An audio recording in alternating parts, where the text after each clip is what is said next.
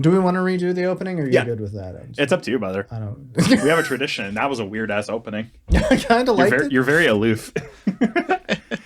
We can redo the opening, and then in the edit, you guys can decide. Okay, that sounds good. Welcome to Super Chats. I'm Nick. I'm Cameron. I'm Carlos. And this week, it's graduation time. Sorry. Let's go.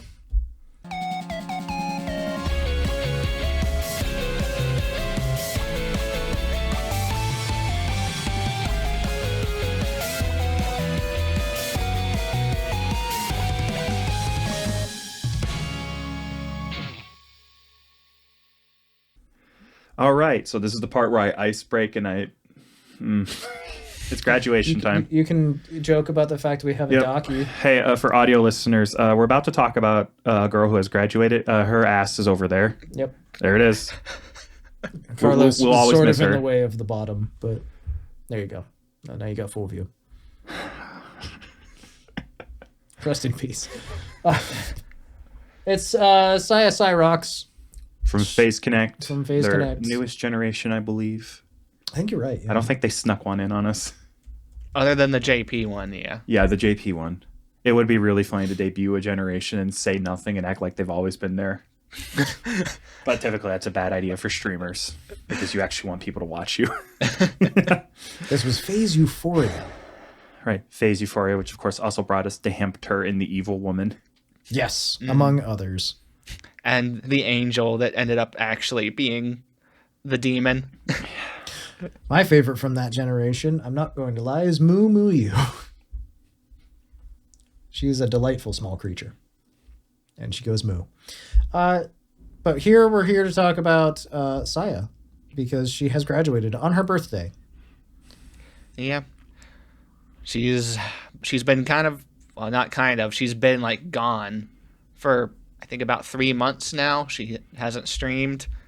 And even for a good bit of time before that, it was a little bit sporadic. And a lot of her streams were full of like really hard technical difficulties. I think the last time she like did a stream, she didn't have her model on screen. She was playing some online game with copyrighted music playing in the back, and every time the stream got taken down, she would just reboot it and continue doing it anyway. Seemed like things were not particularly going her way. Yeah. So her graduation stream itself is basically just a chatting stream. It's just her kind of talking to different folks that did call-ins and things like that.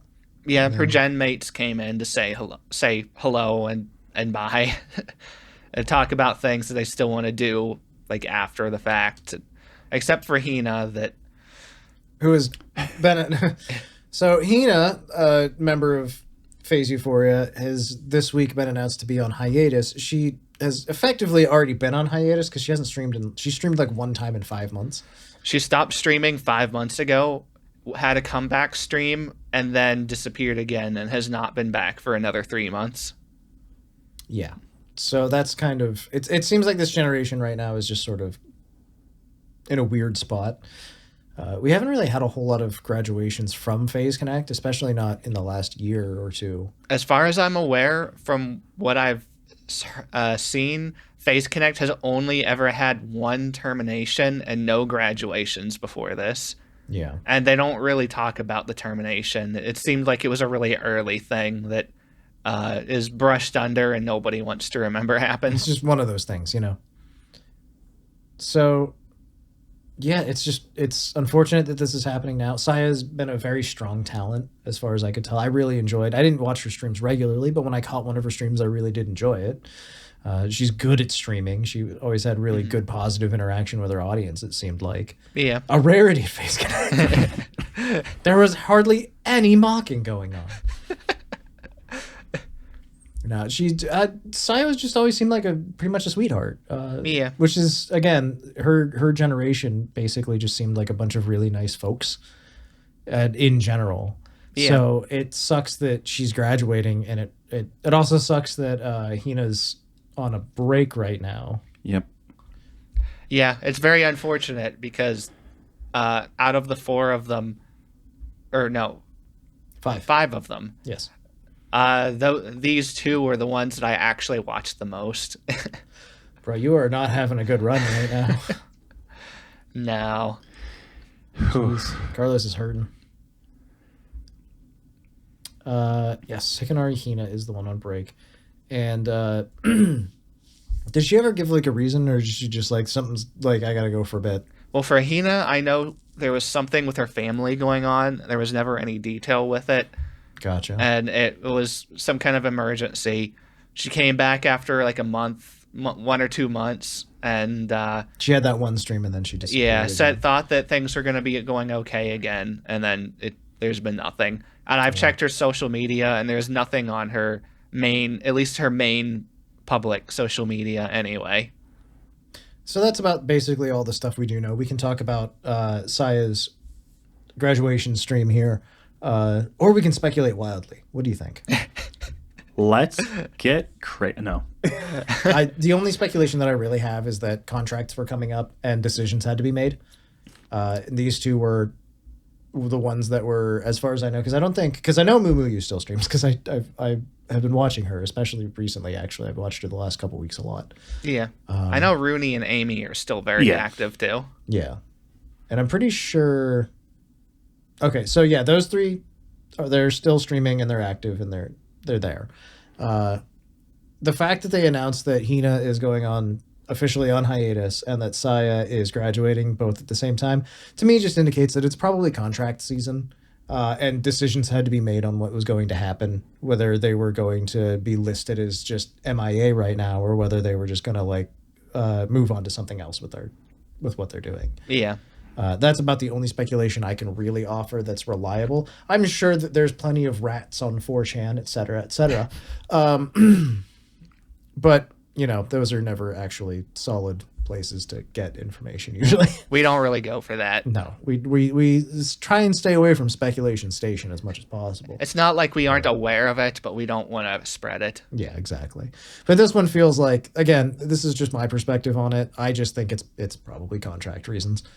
But yeah. Mm-hmm. Why don't we talk about the actual stream itself? It was just chatting, as we mentioned before. But we can... Do you have any highlights of her chats that you really enjoyed? I mean, it's just... Honestly, the call-ins from her other gen mates were just really nice to hear. Mm. And it was nice for them to just like hear directly from them saying, hey, we had a good time with each other. And Saya saying, I really liked Phase Connect. I really wanted to stick around. I think they do good things. I think they're genuinely a very good company. I'm comfortable like with everybody still being there. Like it was just some really good conversations. And it was nice hearing that they were going to try and keep in contact with each other to just do things like behind the scenes. But also she did say again, reiterate that she isn't going away 100%. If at all possible, she's going to still participate in some collabs and especially songs if she can. This is basically an affiliate status move then. Yeah. Okay. So it's again soft graduation, but still graduation basically. No longer streaming, et cetera, et cetera. Yeah. So I tuned in for a few minutes of this stream. I didn't get to watch a whole lot of it, but I did get to tune in at the point where she was talking about cleaning up dog vomit, which was a pretty interesting part. That was fun. It was, I believe, her and Rooney were like, all right, you have cats. They need the litter box. They poop everywhere. And then it's like, dogs, they don't do that. They go outside. And they're like, yeah, but dogs vomit all over everything. And they lick and slobber off of everything. Cats are prolific vomiters. Yes. Yeah, it's funny. I've got my boy Sonic here, and he's usually really good about that. He like doesn't puke at all, except whenever it's shedding season, and then it's just like, oh, it's Hairball City. It's time for the balls of hair. Yeah. It's like for a couple weeks every year. It's just like all the time. I have 2 cats, and it's nonstop, like depending on the time of the year, but all year at least a little. But I'll be walking around the house and like, there's a paper towel on the floor. I see somebody had to clean something up. Yeah. Oh, cats. A lot of cat lovers here. Super Chats VTuber podcast. It's true. It's better than I was talking to somebody at work today, and they were telling me that they were like, they woke up this morning and they were like, "What is that noise? Is there something dripping off the side of the house?" And then like, dog pee starts leaking under the door. And they're like, "Oh, Powerful." Oh. Rather unfortunate moment there. Truly. Oh, okay. Well, back to Saya. Is there anything else that you wanted to say about her? I guess. No, I wish I had had the chance to watch her more, honestly. And she said she wished she had more time to keep streaming and collabing. Yeah. Well, nobody knows what the future holds, I suppose, is the truth of it. And if she's still open to doing collabs and stuff in the future, then that's always good news, at least. So, thank you, Saya, for all of your streams and everything that you have done. Like I said, I didn't get to watch a whole lot of Saya, but she was still very entertaining when I did get to watch. So, yeah. Mm-hmm. And another little side tangent for some of the conversations that they had with each other during this. Rooney informed everybody of she had to tell everybody because they got into a conversation about pets and they got into snakes. She's like, I want to be bit by a snake.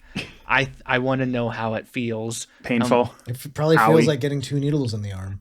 Yeah, and she's like, I think it would feel good. I'm like, are you sure of this, girl? Just get a tattoo. It's a lot fucking easier. my lady? At least stream it. Yeah. How many VTubers do you think have gotten tattoos on stream? Hi guys, Coyote Peterson's new VTuber here. God. Today we have a cow. What are the? This is a Cazador. That's Yeah, what the Cazadors, the bullet ant. Hi guys, welcome back to Rooney's. Can I tell you something that made me laugh really hard? Yeah. So Coyote Peterson. Yeah, my man. Famous YouTuber. Very famous for getting stung by 100 different kinds of animals or whatever. The most painful things in the world, as you mentioned, Yep. bullet ants, Cazadors. He has a standard YouTube opening for his show where he gets bit by animals. And at one point, there's a bunch of different tracks that appear going across the screen at different points, and it's like little ant tracks and like things that you would expect to hurt. And one of the tracks is just duck tracks. Yeah. And I'm like, did he get bit by a duck? What the fuck? This is the 7th most painful bite. A duck. Why is that on there?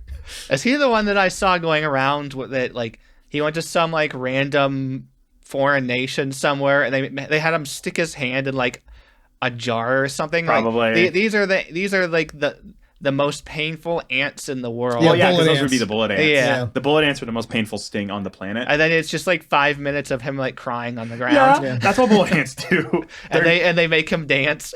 You gotta, otherwise you don't get to move on to adulthood or whatever. That's how it It's goes. vital. It's better than that. I still think that's probably, I don't know if it's better or worse than the tribe where they have to rip all of your hair out by hand. How's it going, guys? Well, wouldn't want to do that. What were we talking about? Yeah, sorry, Saya, bye. Pretty much. Your It legacy sucks. will live on with the Doki back Yeah, here. we've got Doki Yeah, Makura. that's It shall move around the set probably. the tasteful Dokimakura will be how you live on, I guess. This is, oh my god. Leave a comment down below. What do you think of the tasteful Dokimakura? Probably cherry flavored. leave a reply to your first comment. We have an update. The situation's evolving. You said tasteful. It's Willy Wonka didn't fucking make it. Grape. Charlie, I have a really bad idea. Follow me. Where are we going, Mr. Wonka? Oh, I have a terrible room. You're wrong. She's a dragon. She's cinnamon candy. Oh, you're Whoa. right. That's right. How do we keep getting back on the flavors of VTubers? Follow me, Charlie. I have a fucking dog shit room to show you. Fucking atrocious room. So actually, hold on, because I went on the internet this week and No I way. found this. It was Ember Amane, also a Phase Connect, I believe, right? Yeah. She has just released a new piece of merchandise, and it's a candle that smells like her.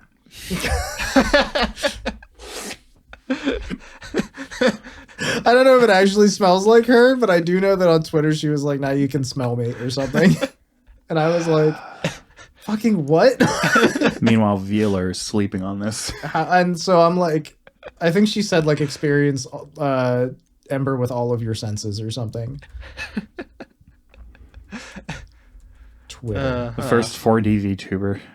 And so that's what I'm just like, all right, now we need like a candy and we need, but you can also already get her flavor of coffee from Phase Connect, I believe. It's true.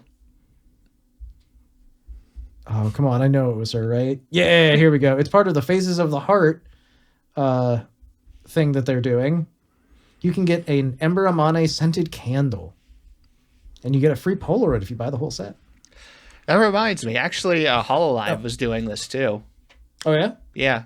It was in the Valentine's merch that we went over last week, but I couldn't find a link to the perfume. It was perfumes they were doing. I did see something about that. I couldn't find the links to actually buy them anywhere, so I cut it. But it was apparently a thing. So, on her tweet, she said, "Smell me. Use all of your senses to feel me." I want to go home. So you can... I imagine Ember has a Doki. No, I want to go home. So you can physically touch. You can smell because of the scented candle. You can obviously hear her. You just turn on a live stream or whatever. Or I think she does a lot of singing, right? So I feel like that's that. What senses am I missing? I don't know, brother. You have the coffee. Taste. So you can taste her flavor of coffee from Phase Connect. I'm gonna drink the perfume. They should have thought of me when they made it. Which sense am I missing? Seeing. Yeah, you can look at her. You can look at the stream. So you can experience Ember Amane in all of your senses at the same time. I think I listen. Listen, Cam, listen. I think I've found a social experiment. How deeply can we submit someone to a single VTuber experience? All right, now you need to get a VR headset. VR headset, that's the right answer. Because then it's all you see and all you hear. Noise canceling headphones, like... How long can you stay immersed in the Amane universe? Hey guys, we're going to do a social experiment. We're taking our friend who knows nothing about VTubers and we're showing them Ember. Come on in, bud. Sure. What's this helmet? Are there candles burning? Guys? Was that a door? Did you... Why is there a pillow in my arms? We'll check on them in 7 days and see what they know about VTubers now. I start dumping coffee down your throat. All right, what'd you think of Ember? Please let me go home. Oh no. It seems he's transcended. Oops. Oh no, he's on a different world. All right, I think it's time for the next topic. This is our worst coverage yet of a graduation. I've moved on to a different subject entirely at this point. I consider Ember Amane the new subject. Or her candle at the very least. I believe that's all the major events we have in the major events category. We most likely missed like 80. Yeah. It seems like a quiet week. Correct us when we're wrong. Yeah, it's going to pop off. I know. Sure. I felt nervous the last few days. I'm like, nothing like super huge is happening that I can think of right now. What's going on? According to Cash from the Discord, Disguised Toast has held a Marvel Rivals tournament. Thank you. That's probably all you're going to get out of me about that. I guess there's another thing called the Ditto Cup that's happening. It's an Apex tournament that's happening on February 15th. It's mostly JP, but there's some folks in there. I know I recognize La Plus Darkness. Toa's in there. Nacho Naka's in there. Alkun's in there. Bay's in there. For some reason, Bay is in an Apex tournament. I don't really understand. She's a major gamer. I think she did a stream where she explained it. I saw a clip, but I didn't actually get to watch the clip. Bay, the one that I've mentioned more than once, that I think maybe knows how to use both joysticks when playing shooters. Yes, maybe. This is huge. Kiara and Mint did a collab. There's a lot of things that have happened that I don't know about, basically, and that's unfortunate. It's just a quiet week when it comes to like major events. Stories, so we just have like our air quotes news and air quotes streams we watched. Lame. Where's the drama? We should make up drama. We'll just start our own drama. Did you hear that? Me and Carlos are beefing. Oh my god. It just hasn't been working. Carlos, They're at each other's throats over dinner. Carlos won't send me feet. I know. I'm not reciprocating your feet. It's a huge shame. Like I sent you. I'm just saying that like there's an easy solution, and Carlos makes it difficult. And difficult's not even the right word. Let's try unbearable.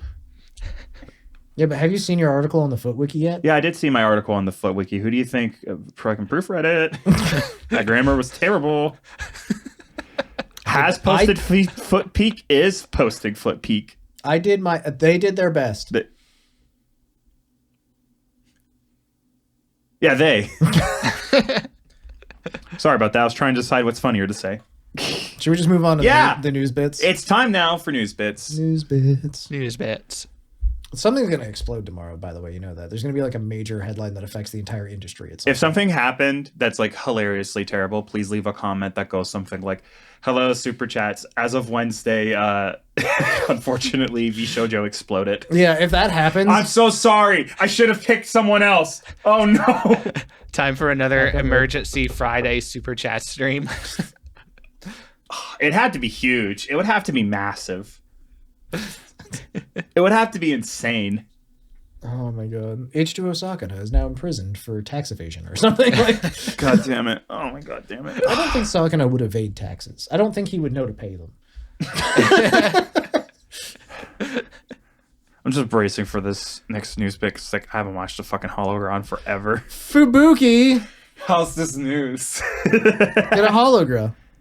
It's Fubuki Kingdom Hologra Part 2. Part 2. You're going to have to tell us about this, Carlos. I didn't get a chance to watch it. We covered part 1 a while ago. Yeah, it was very strange, but it's a Hologra, so that's to be expected. So yeah, part How slow are 2. things this week? We're talking about Hologra. Yeah. Go on, sorry, part 2. It's part 2. After her first Hologra, where her kingdom was destroyed, part 2, she has decided, well, being a horrible tyrant in my last kingdom had me defeated and taken down as a tyrant. What am I going to do? I wasn't a big enough tyrant. We have to go harder. Must be does more make sense. tyrannical. It's like 2 minutes of her shocking all of her mascot kingdom characters as she attempts to make them prove their loyalty. I see. That's about it. That goes well for her? Yes. That's good. It was actually an advertisement for her concert. Of course. How would you not want to go get shocked at a concert? Okay. Anything else about that? This is a goofy video. It's like 2-3 minutes. Probably worth watching, frankly. VDere has done a series of streams on, I believe Saturday is when this happened. It was called the VDere Heartstream Heroes collaboration. It was all the folks of VDere Generation 1 and 2. They streamed for hours and hours that day in support of the American Heart Association, I do believe. You know, I wrote that down and didn't double check it. I'm pretty sure that's what it was. Because I did hear about this. I didn't get a chance to actually watch anything. Yes, the American Heart Association. At time of recording, and this has changed dramatically because earlier today they had raised $7,375 when I put this note into our document. As of right this moment, they have raised $9,335.01. Congratulations, first of all, to them for their wonderful charity that they've supported and their wonderful goals that they've all hit. They're well past their last goal, which was $8,000. At the time of recording this, donations are still open, so if you'd like to leave a donation for them, or not for them, for the American Heart Association, you can do so. If you Google Heartstream Heroes, it comes right up. It's a Tiltify link. I will try to remember to put it in the description below this video. But yes, this is a wonderful cause. It's a very good thing that they've done. Congratulations on the success that they've all seen from this. And congratulations to the American Heart Association for getting like $10,000 almost. So good job, everyone involved. Good work. Good job. Next up. Oh no, this is gonna move. This is being moved. This is going to stream moments of the week because I watched the entire thing. We'll get there, folks. Calm down. Haruka from VShojo will be slowly returning to streaming. She's been on an extended mental health break. I talked about this vaguely maybe a couple months ago. She did a stream where she talked about the fact that basically she'd been in a downward spiral for a long time and she was going to slowly work her way back into streaming, but she'd been basically suffering from a lot of depression and a lot of things going on in her life that were not good. And basically everything piled up and got worse and worse and worse until she sort of, broke down a little bit. And eventually she did. She posted a stream or a video and she talked about it, and she basically was in a very, very bad place. But she is starting to return to streaming, which is good. It's good to hear that she's doing better. It's good to see that she's doing better. Has she done a whole lot of streaming recently at all? She just had one return stream so that's good to far. hear. I'm glad that she's at least back and she's working on it. Again, burnout being its own thing is one thing, but she was also suffering from... I know that she had a physical illness and that stopped her from streaming for a while. And then every time that she started to recover, it basically got worse again. And basically the physical toll that took on her combined with the stress of not being able to stream and the anxiety of that compounded on everything. And it basically just kept getting worse and worse and worse. And again, she was physically ill a lot of the time too. So it was just something that she wasn't capable of doing. So I'm glad that she's returning. It's good to see because Haruka is a very strong talent and she's very cool in my opinion. I think she's really great. So welcome back, Haruka. Looking forward to what you do in the future. There we go. That's what I would say. Monomone of V4 Mirai is now an official premium Bandai USA affiliate. What the hell is an official premium Bandai USA affiliate? Or Google it. I don't know, but if you go to her YouTube channel and look at like her about like affiliate section, it is actually like marked on her channel now, supposedly. Is it really? Premium Bandai USA. Click.linksynergy.something. So yeah, I didn't even know you could do that, like mark affiliate stuff like that in YouTube. Premium Bandai affiliate marketing program. Share your favorite items, earn commissions. All you need to do is promote our items on your website. If your readers buy these items, you receive a percentage of the sale. Join our affiliate program administered through Rakuten Advertising, one of the biggest, most reliable affiliate service providers. If you want to know, so I can buy Gunpla. Yes. And money goes to her. Yes. That's like two great things all at once because I love Gunpla and I really love Monomone too. You apply, they accept you, money. Good. Money. Unfortunately, though, I do have a friend that can get me models at cost because he owns the ability, or he has a distribution license with Bandai. He owns Gundam. Yeah. So, sorry. You want to sell Gundams? By the way. If I need a special license for that, that's a hard maybe. It's actually... Listen, if I don't, it is slightly more likely. My buddy has no right being able to sell Gundams, but he can anyways. I have a shop. I could just throw them up on a shop. I don't care. Yeah. But the problem is that, like, most people that sell Gunpla, like, if you don't sell them for a very specific margin, you're not ever going to sell any of them, let alone make money. Like, it's really hard because there's so many... people that already sell Gundams online at conventions, and not only that, but also there's an official premium Bandai store online, which Monomone can make money from. So it is very hard to actually make money selling Gundam, I think. I always figured it was probably a very cutthroat margin on them. Yeah. I believe that is the case. I'm not 100% sure. Honestly, most toys are in general. But I know that like I've had candid conversations with people that sell Gundams at conventions, and like if you go to a convention, it's Sunday, everyone's closing up. You can walk up to somebody selling wall scrolls and be like, "Hey, can you do a bundle of wall scrolls for like $50 or whatever?" And they'll generally be like, "Yeah, it's less stuff I have to take home." You can do that with model kits, or you can do that with like anime models. You can do that with a lot of products. Gunpla people will be like, no. And I had a really candid conversation with at least 2 different people that like their job is to sell Gundams. And they were like, the margins are so thin on Gundams that I literally cannot price them less than what I do, or I will not make any money. And I was like, okay. So Yeah. I know Gundams in themselves are particular.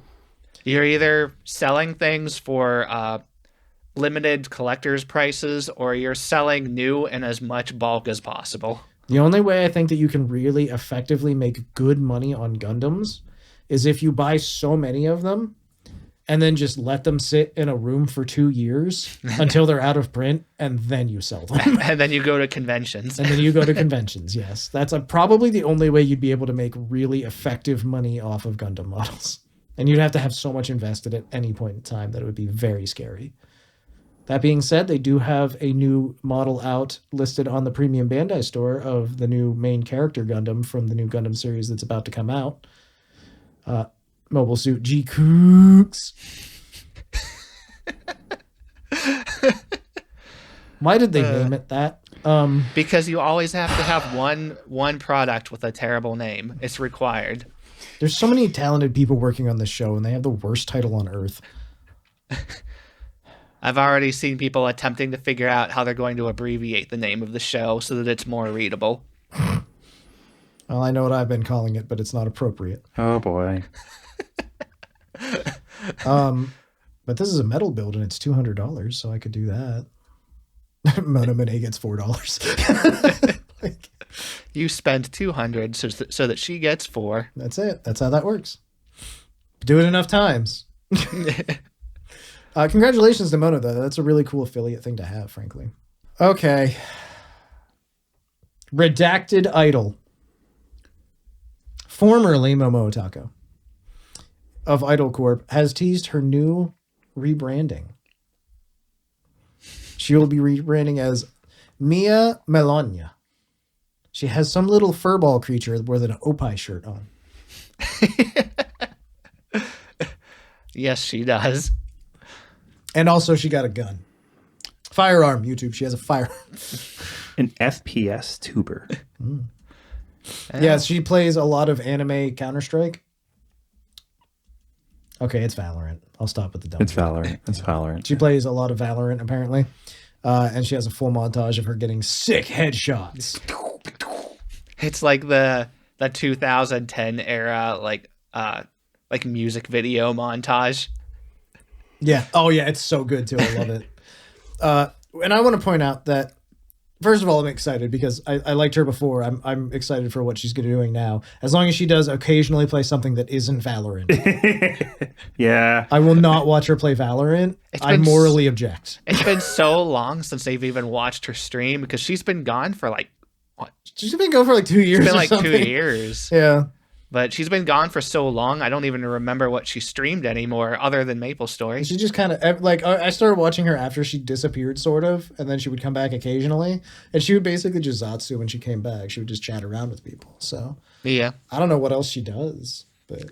But I remember we were kind of questioning, like, the whole rebrand as a whole before, and we were worried, like, well, we liked how she was before, but I guess it'll depend on how her rebrand is, and... She hasn't actually showed her model.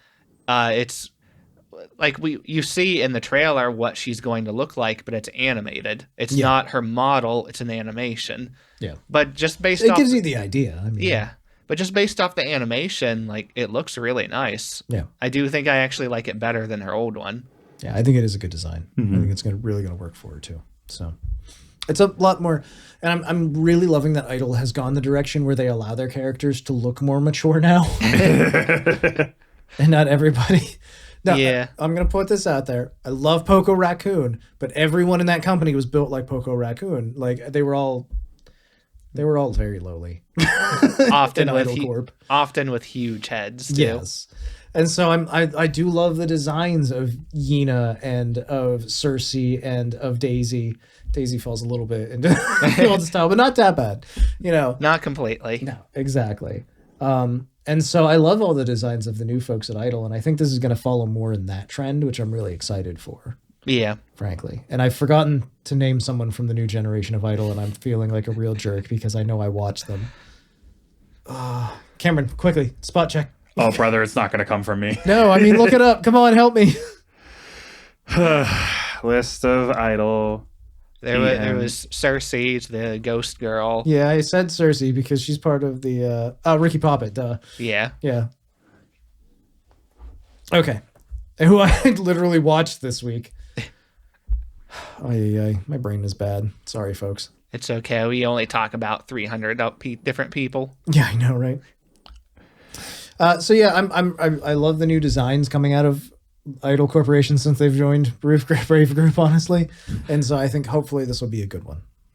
Yeah. I'm impressed that she stuck around long enough for this to happen, honestly. She's been in purgatory for so long. Yeah. Like, she's has regularly assured people that, yeah, she was coming back, but it's like, it has been like 2 years. So it's a long time. I do want to say something else real quick because her headshot compilation video did remind me of something else that happened this week, which has also introduced me to a new phrase that I really like. Last week on this program, on this podcast, I got upsetty spaghetti for a minute and started getting very heated about YouTube and Twitch and streaming platforms. Cameron remembers. He was there. Hello. I didn't mean to scare you. I'm sorry. Konnichiwa. Konbanwa. Moshimosh. Hajimemashite. Nani?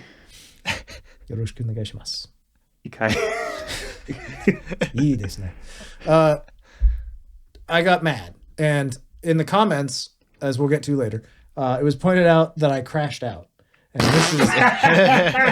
this is the first time in my life I've heard this term. I'm tragically very old. And I learned that term and I immediately was like, that's a pretty good term. I do like that. That's a good one. I take it you've heard this before. Yes. So you've introduced me to something, which I was immediately reintroduced to the next day when Eva Ananova got a little upsetty spaghetti. I believe it's not a fair stretch to say that she got pupset. And someone made a compilation of that, or a clip of that, which was really good, where it's her and she's yelling about 5080s and 5090s and just graphics cards in general, and how NVIDIA has fucked up this release so very badly, to the point where it ends like she's talking, she's getting angry and angrier, and then she just kind of yells, and then it cuts to a headshot compilation of Call of Duty 4, and the song from, I believe, 30 Seconds to Mars. And it's just this fucking phenomenal clip. What is it? Bury me, bury me. That one? Is that them? I don't know, brother. Oh my god.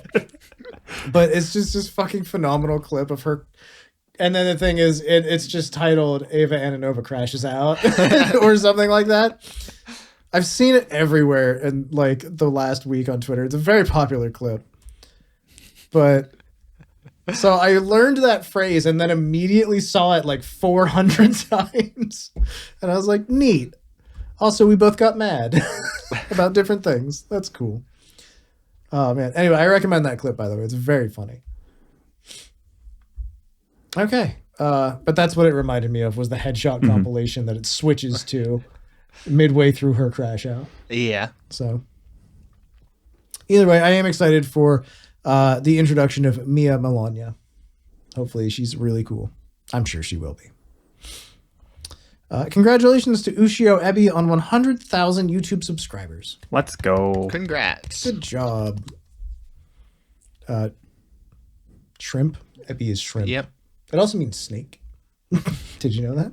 Well, she is of the shrimp variety. Ah, I see. Crustaceous. Yep. I'm really glad that she's been picking up a lot of steam and attention online recently, because she's been around for quite a while now too, and I've just been keeping an eye on her here and there, watching her grow. Mm-hmm. She's one of those ones that she was up for like Miss VTuber, I think, this year at the VTuber Awards, right? Yeah, that's I think where I heard her.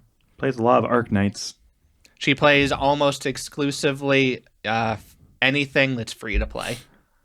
She plays a lot of gacha games in general, but she plays a lot of. I think Arknights is one of Arknights her Warframe, Arknights Warframe, Arknights Warframe. Yeah, the Game Awards, Mario Kart Volley, Arknights Warframe. Ollie? Yeah. Oh shit!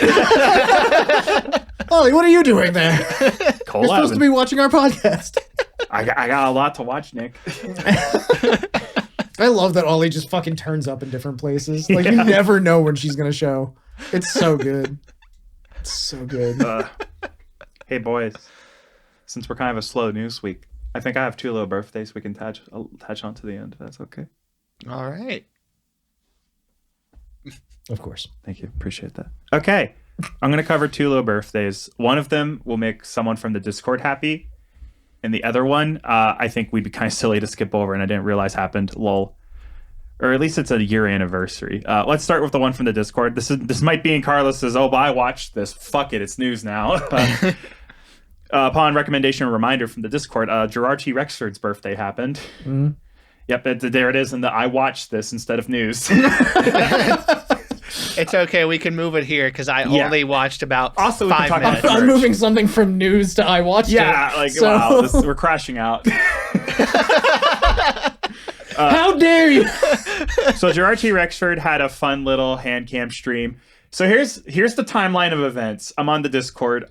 Our resident boy enjoyer went, hey, Gerard's birthday's happening. I go, oh, fuck, I like Jurard. I don't watch enough of him. And I click on it, and the stream is causing me so much anxiety. Like, every 4 seconds, there's a new reflection. The camera fucking falls because he's doing a hand cam, and the whole chat's like, no, Jurard! He goes, look at this cup I got! And chat's like, there's reflections. I can almost see you. I fucking half expect him to go, and here's some new merch. The Jurard T. Rexford portable mirror. Oh no! And the funniest part is you can't watch it currently because that VOD is down. Amazing. He did say they are going to eventually bring it back. Yeah, he's trying. It might be a while. He had an after talk stream where he clarified, we're going to get that bad boy back up so you know what the fuck I'm wigging out about, but holy shit. Oh, it was that was the most anxiety I felt watching the stream in a bit. Oh my golly. I remember the post for it he posted on Twitter for it. It was, guys, the VOD's gone. It'll be back up eventually. We're trying our best, but here's a little something for you in the meantime. And it's a clip of him with his mashed potato dino volcano. Yeah, he was making like dino nuggies and shit. It was so fucking, it was out there. Pouring a gravy down the volcano. Oh no, the dinosaurs, I'm killing them. Oh no! Run, Chio, run! You hate to see it! But we have some Jurard T. Rexford merchandise I would love to tell everyone about. First of all, you're going to have to envision something insane. Imagine if you bought the complete set for $100 USD, it came with a postcard. I know, insane. It's not a Checky bromide, it's a postcard. It has a nice illustration of him going, haw, with his glasses. Like, haw. I see. He's looking over the top. Yeah, he's a little sex guy. There's also the Until We Meet Again acrylic diorama stand. Same art, but now there's like a background and it's 3-dimensional, but acrylic. I see. Yes. He's still a little sex guy. The arm kind of ruins it. Okay. He's now a large sex man. He is now a sex man. I also saw apparently people call him a fail prince, and I like that. That's a very strong title. That's pretty good. There's the most wanted mug cup. It's one of those mugs where it starts out dark and you pour in hot water and it reveals him. He showcased the mug. So many reflections. This was Danger City. And I think we saw like the arm of his manager that was helping him out with the stream. Air quotes manager, totally not at all like friend or whatever. This is my manager, Jim. Apparently, the reward money for capturing him per the mug is $2.07. Massive overpayment. Like half a hay penny, please. You get Jurard T-Rex for it, and you can't even get an adult size fucking Kit Kat. Oh my god, I love this creature. The fucking police officer hands you the Kit Kat, tears off a little bit because you don't get the full fucking thing. It's already fun size. Yeah, it's not fun. It's like, Jurard, buy me a full-size Kit Kat and I won't turn you in. You got a deal, motherfucker. We also have Jurard's No Cap. It's got a little logo on it. Cap. It's got a little crown on it, like that looks like Sora Kingdom Hearts crown. Looks like Jurard. It will not fit my head. I'm sorry, Jurard. I have a big one. Next, Brag about it. Next up, we have the Sorority bracelet. It has this little mascot on it. Huge ass chains, like decorative chains, and then smaller chains, and then wee chains. This is like a triple chain necklace. 3 chain necklace. 3 chains. What if there was one less chain? Be 2 chains. Oh, it's a guy who's an artist who makes music. He's a rap dude. Oh my god. Yeah. It's insane. Musical sensation, some would say. We got 2 chains. Here comes 3 chains. Here comes Jurard T. Rexford. And of course, the voice pack, situational voice pack, surprise bounty mission. What? Surprise bounty mission. It's a surprise. Go ahead, Carlos. Build on top of this. Tell me what you think of when you hear surprise bounty mission. Paper towels. It's you've run out, you have to go get some. That's the surprise bounty mission. Jurard T-Rex shirt appears in your vehicle. The volcano has gone very poorly. We need to go to Walmart. And get paper towels. There's like no energy to it at all. All right, remember, no snacks. We only came here for paper towels. You always do this. You always get chips. We don't need chips. There's We don't chips need at home. chips. There are chips at home. Do not buy a new bag. What fucking aisles the paper towels in? It's in the groceries. Why? Okay. Can I have a candy bar? No. You get a fucking candy bar. Do you know what people do to me? Can I get one of those little individual pies? I Yeah, of really course. like the pecan. They're really Yeah, fun. go get a pecan pie. Yeah. Just don't spoil your dinner. And my last little thing to staple on is it was Dokibird's 1-year anniversary. We've had Doki for a year. Was this also in the I watched this? No. Okay, good. I didn't watch it either, but I'm throwing it on because there's merch, and I have a good feeling about this. I actually have some more merch to throw on here too. Actually, 2 things of merch. We'll do it right after my merch. Welcome to the merch corner. No, I'm breaking it up. Really? No, go ahead. Okay. Please. I'll be quick. No, you don't even have to. It's fine. We have plenty of time to vamp. Yeah, honestly, that was the vibe I was picking up. So I went, I'm just going to latch on some stuff I found. I've been desperately looking this whole podcast just to see if there's more we could add. Because I'm so self-conscious. All right, first of all. Here's the fun fact. We don't have to podcast for 2 hours. There's the first anniversary apparel merch, Dokibird. It is, it looks like her little guy. Oh, little birds on it, and it has the tomato mask if you don't like having light in your eyes. Dragoons. I have a friend who sleeps with an eye mask, and I don't personally get it, but I get it. I would be too uncomfortable, I think. The PJs are very cute. It's like shorts and a little collared shirt. Kawaii desu. Quiet, isn't it? And honestly, her website's strangely difficult to navigate. There's also a voice pack. Oh, digital goods. It's a wallpaper and a ringtone. Dokibird 1st year anniversary wallpaper with an alarm ringtone and anniversary situation voice. Oh my god. Very cute. Did she show anything else during the stream? Because I thought there was a plush. Or maybe she's working on a plush. It's likely that they're still working on it, but I genuinely missed this, so Yeah. I don't know anything about it. I'm double checking just because her website was that difficult for me to navigate. Okay, she's foreshadowing there's going to be plushes soon because it looks like that's a little teaser image, but it looks like we're going to get a croaky. And I'm all over that. I really want it. That's going to be I love her stupid little crow. And that's all we have about this stream I didn't watch. Would you like more merchandise that you can talk about, though? Yes, please. Okay, so Pastel Melon, who makes some really, really cool merchandise over in Europe, has put out a new line of things called V-Snacks. And they're little keychain guys. Oh my god, I was so afraid it was fruit snacks. No. V-Snacks. You can get, they're €8.50 for each one. Whatever the fuck that means. Oh, wait, there's a USA button. Tell me it in freedom bucks. It's $8.76 per. And they're just little keychains. They're acrylic. A lot of them are dual-sided. You can get Pippa Pebblesworth. You can get Squirmimi. You can get Reina Runrunia, whose name I definitely have never screwed up. You can get Wilhelm Wanderboss, or Wilhelm Vanderboss, depending on pronunciation, I guess. I think that's all from Globy.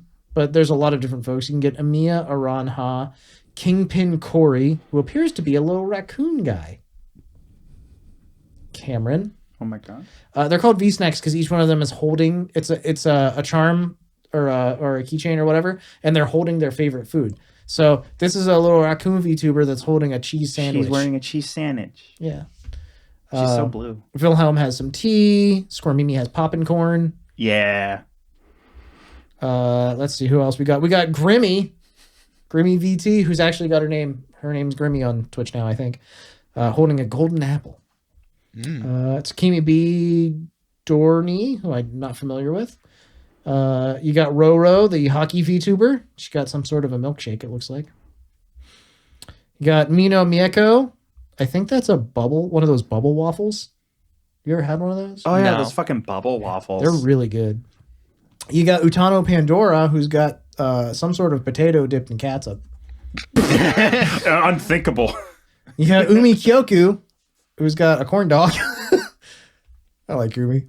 Leora Walkyria, who's got beer. DK Graves, who's got anime meat. Zelly Zuimi, got burger. Mizma Rising, and who's got a strawberry. And Spectra Libitina, who's got tea. Libitinia. Ah. Well, either that's spelled wrong or I've said her name wrong the entire time I've watched her. Which one's more likely, Nick? The second one. Okay, that's okay, bud. It's Spectra, though.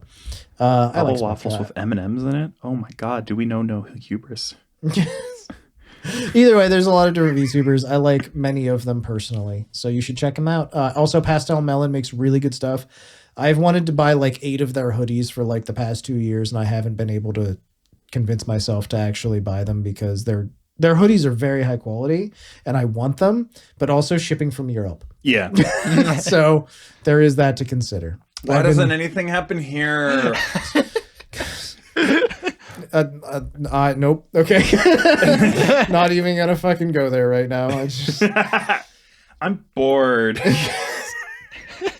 There's too much happening right now, frankly, in this country. Chocolate bubble waffle, fucking M&Ms in every bubble. What are we doing? Yeah, I'm just gonna leave it at, if you thought shipping from Europe was bad before, well, congratulations, it is now much worse. Yay. I don't know about shipping from Europe, but I know shipping from Asia is terrible now.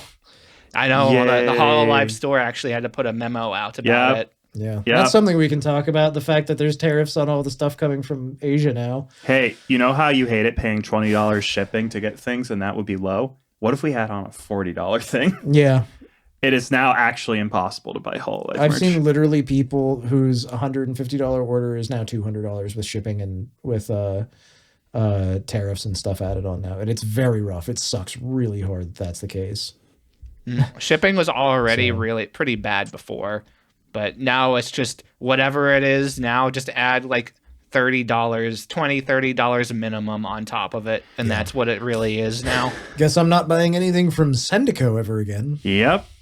Oops. I'm definitely going to be holding back for a bit. Yeah, it's definitely a time of like, well, it sucks that I can't buy all of the VTuber merch that I want, but I guess that was technically always the case because I do have a lot of VTubers that I like. Especially the folks over at Globy, Globy! who now have Valentine's Day 2025 merchandise. Now, disclaimer, not all VTubers of Globy are represented here, but they do have an official Valentine's Day collaboration thingy going on. And you can get acrylic stands that are Valentine's themed.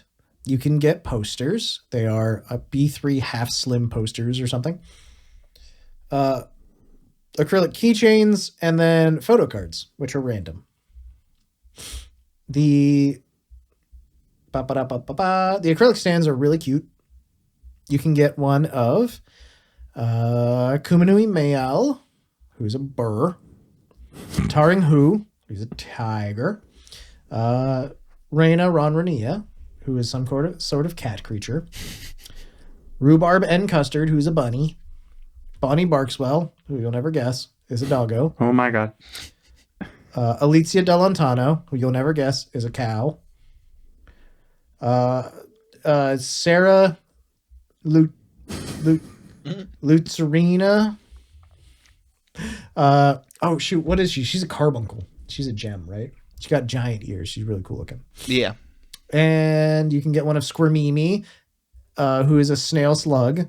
You can get Maeve Morverin, who is a Salki, or you can get Olilululu, who is a oh shoot, what is she? She's a water creature. I was gonna say she's a normal human for a second, but no, she is not. She is some kind of water fairy. Yeah, right? she's like shoot, what are they called? Because I mean, technically, Squirmimi isn't a snail or a slug. She's an Oze or whatever they're called. She's some sort of yokai, but like everyone in their generation is technically a yokai. Yeah. Either way, I just want to say that like all of them have casual Valentine's outfits on, and most of them are really adorable. Like Bonnie has overalls on, and Alicia has like shorts and like a kind of like a sweatery top kind of thing with bare shoulders. Alicia, What are you thinking? have you seen any of her streams? What am I thinking? There you go. What are we thinking? I love the fact that Mimi's outfit for some reason is just the cutest fucking thing. She's just wearing shorts and like a stripy top, but she's wearing high top Converse, and so that just kind of makes me happy, I think. I don't know. Very cute. And then of course Lulu's got something. She's got like a button down. I don't know what that is, if it's a skirt or not, but it's cute. Everybody's got cute outfits basically for Halloween, for Valentine's. For Valo's Weave. And it's basically the same key art for all of the stuff that you would get. Yeah. So. As we are, as of recording, still yet moving into Valentine's Day. Mm-hmm. Yes. So happy Valentine's Day, by the way, everybody that's watching our podcast on Valentine's Day. Hi. Welcome to the club. Now go watch the thing that, frankly, any of the marathons that are happening today on Valentine's Day, because I'm pretty sure there's like 8 of them. Yeah, there's been some stuff that's already happened for Valentine's Day, but a lot of it is actually scheduled for the day of. Like the Lovesick Parade. Yeah. Karaoke relay. Okay, and we're going to get to that in just one second when we hit upcoming events. Is there anything else we want to talk about there before we skip over to that? I think we did it. Excellent. So let's move on to upcoming events. Akirose of Hololive fame is having a 3D Live on February 17th. Mm-hmm. That's in a couple days. Yep, and I want to point out, Akirose does some really, really exceptionally high effort 3Ds. Like she tries to do something very unique with hers every year. So I think last year's it was a musical of some sort. Oh, neat. Because I remember us covering it last year. So I don't know what she has planned this year exactly, but I'm assuming it's going to be something really different again. Unique and cool. Yeah. Heck yeah. So we'll see. Well, you love to hear it.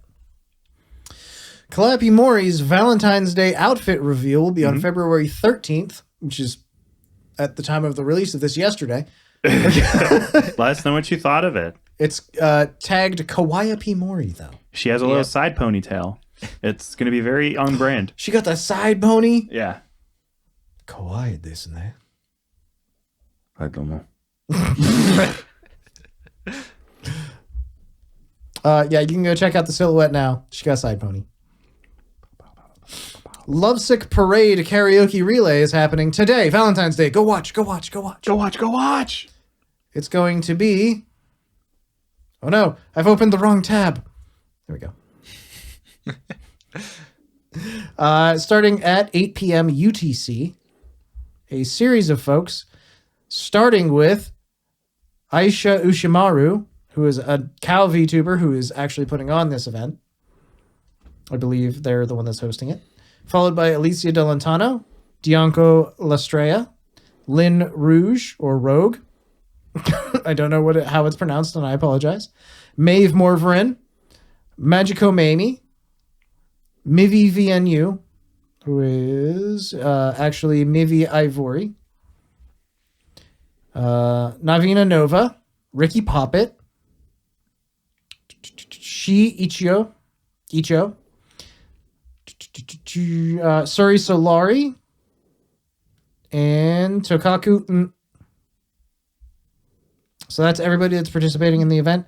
You can go and watch, and they'll all rate into the next person, usually is how these karaoke relays go. There's a lot of folks in here that I recognize and that I support and that I enjoy their content. So there you go.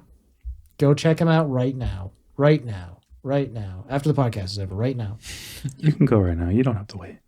Yeah, you can come back. This is a VOD anyways. Watch us on the side. Yeah. We're now second monitor content. As if we weren't already. I'll join the Lovesick parade. There you go. Yeah. You can also check out the Heartfelt Harmonies karaoke relay, also on Valentine's Day.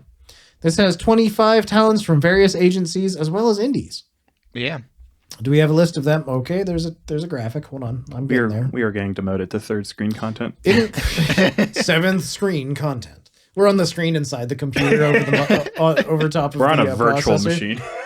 Yeah, right. We're on the dumb idiot server. Welcome to Stupid. Welcome to Stupid. Oh my goodness, there's so many good people in this. I'm gonna have to watch both of these if I can. Oh my god, Rem Kanashibari, Bonnie Barkswell, Dr. Nova, Isa Korva, Alia Sonono, Utano Pandora, Arisa Oshiro, Chika Fujilisa, Reino Ronrania, Phoebe, Kana Yanagi, God, Kumanui Mel, Yina Youngblood, Juna Unagi, Shable Tonya, Nana Asterio, Ko Maria, Hiragi Emuri, Shiki Miyoshino, Mono Monet, Kira Spika, Obake Pam, Terra 404, Taring Hu, and Serena Maiko. God damn it, why are there two really good karaoke relays on the same day? Because it is a special day. Why are we eating so good, Carlos? There's too much food and I'm already overweight. What do I do? Explode. Oh, like the Life of Brian or whatever. Yeah, just like the Life of Brian or whatever. All right. So yeah, definitely check out both the Heartfelt Harmonies karaoke relay as well as the Lovesick Parade karaoke relay. Both happening today. Good luck. Fans Connect. Brewing Hearts interactive visual novel releases on Valentine's Day. Yep.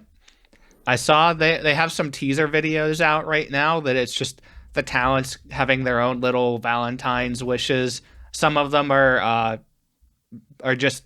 some of them are very heartfelt. Some of them are much less so. But I see. But yeah, this is going to be a visual novel, one of the interactive visual novel things, but in video form on YouTube. So I assume it's going to be like a series of videos. I don't know for sure. I'm just going to be in the chat like skip. Adding on to upcoming events, just because I was curious, Shiori for Valentine's Day is doing the following stream. Meat beating, yakiniku retreat, hand cam meat beating stream. Never change. Also on Sunday, she's doing a confessional stream. She did a test of it on a member stream. You should definitely go to this. It's gonna be very different. She has pushed streamer tech forward again. Why won't she stop? Cam, I'll have you know, Miori has done confessional streams, like plural, in the past. And she says she has had to hardcore go through submissions and filter them long before the stream. Yeah. It was 1994, and me and my father were out on that lake. The ice was so thin. Okay, let's go to Super Chats. I could have saved him, but I chose not to. God. Have you ever seen a man freeze to death? Have you ever absorbed every detail and noted every moment you could have stopped it? Have you watched the life drain from their eyes? The man who brought you life, and now you are his end. $50 from... Thank you.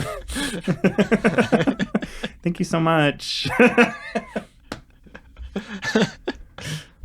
Was that too dark? Let us know.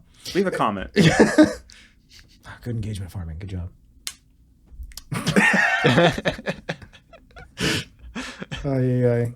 Okay, I think that's all the upcoming events too. It's time to talk about music. Let's start with the originals. Now to the covers. Roboco and Kobo, Kobo, covered I'm So Happy. I'm so happy. I thought the same thing. I'm so original in my humor. Pharrell, where you at? It seemed like such an odd pairing to me, but I'm glad it happened. It's a really nice cover. I didn't know this happened. I really wish I knew this happened. I'm going to have to watch this and listen to it very intently. Yeah, it's nice. The video is very cute. I can give it that. Mm-hmm. The key art of Roboco is unreasonable. It is the most adorable thing I've seen, I think, today. And I just saw the key art of Kobo, and it's very cute as well. Yeah. They're both fantastic singers. Oh, they are, very much so. Sorry. Embarrassing. Yes, I am. Crashing out. Okay. On the couch. Anything else about this cover? Go listen to it. Hell yeah. Immy Bosu of VDere and Kaifu Lulu have covered Confessions of a Rotten Girl. This is the song that I believe as soon as it came out, I think it was Shibby was just like, this is our generation's theme song now. Referring to their generation at VDere. So this makes a lot of sense. Yeah. It is... Oh, she has a Yaoi panel. Or paddle. Yes. And the other one has a Yuri paddle. It is a song, all right. You've given away what generation you're a member of. And this time I mean of people.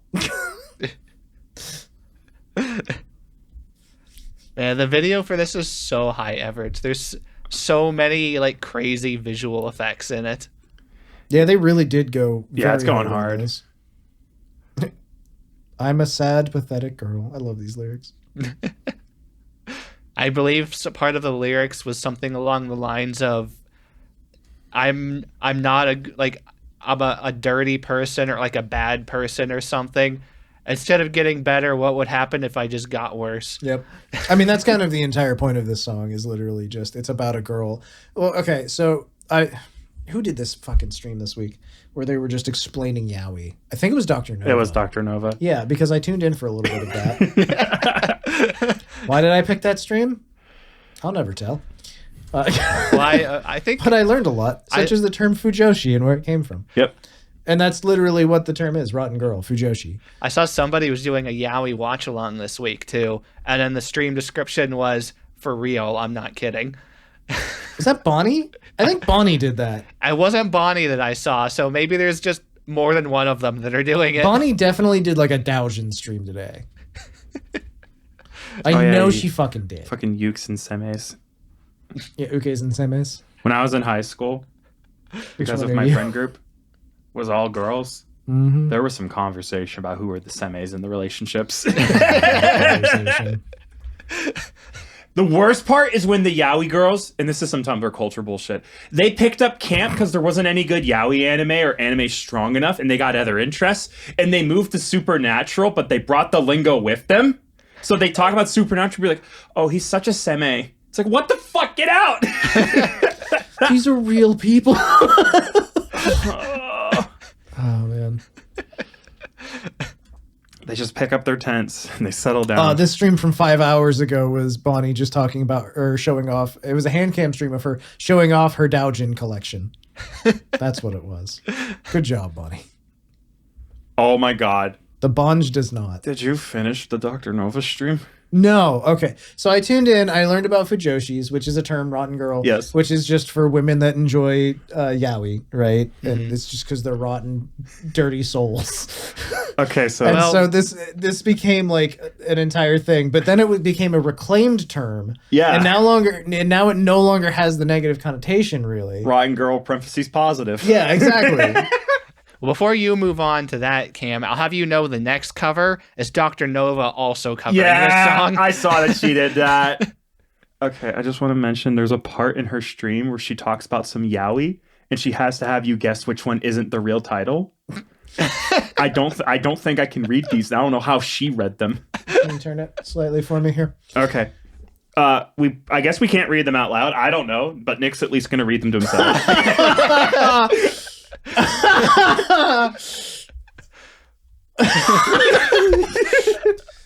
I don't care. I'll read them. Fuck it. We ball. And so do the people in these stories. They sure are fucking doing balling it. I don't know if I want my voice saying We should take these. turns. We can take turns. Okay, I'll read the first one. I'm becoming a sperm donor. Merciless milk wars in the year 20XX. That has to be the big one. That has Carlos, read number 2. Don't let Carlos take a turn. Read number B. I'm straight, but my friend gets me hard. Oh boy, I hope I don't regret being number 3 in this. I didn't look ahead, so I don't actually know. Video and a huge awakening. 7 days drenched in man juice. 7 days what? 7 days drenched in man juice. man juice. Isn't that what that game 7 Days is about? Yeah, that's it. 7 Days drenched in man juice. Hey, do you know how babies are made? From today, we're brothers.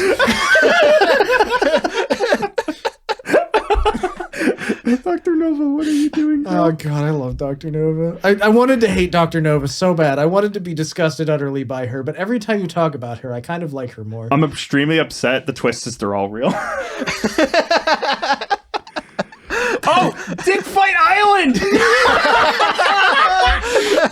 It's so good.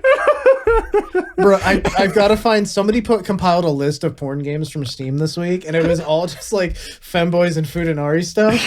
But the titles were the funniest shit I've ever read. It's literally just somebody posted this on Twitter, and it's just like 40 titles. There's some wild stuff on Steam. And like, oh my god, I was just dying reading the titles of them. They're so good and not good at all.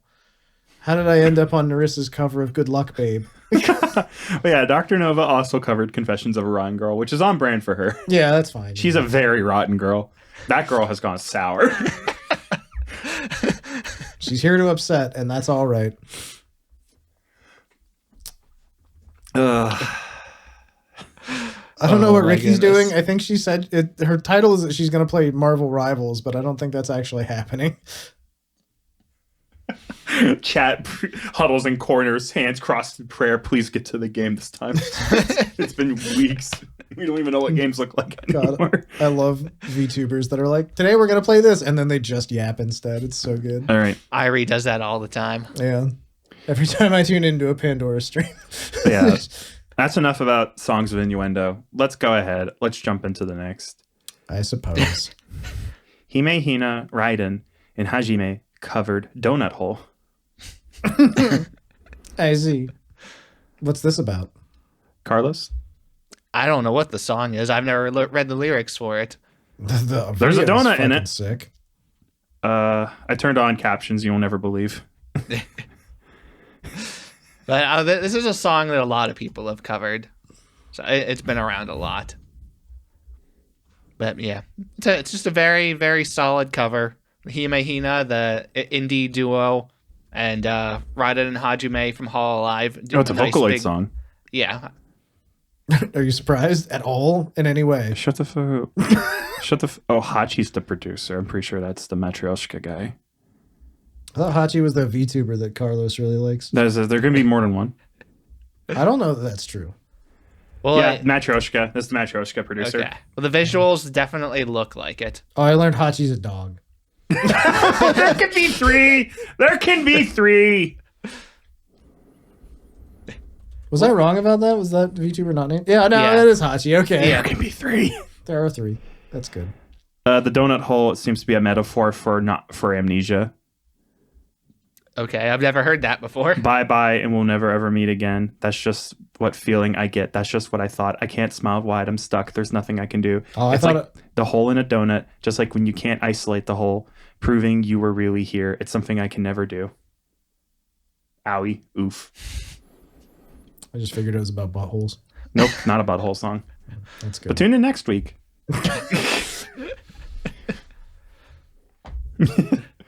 Or whatever.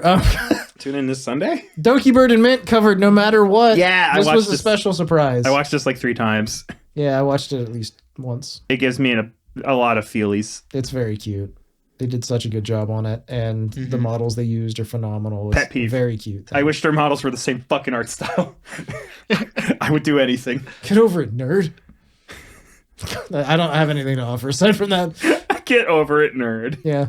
You could sum up this whole podcast, all 100 episodes.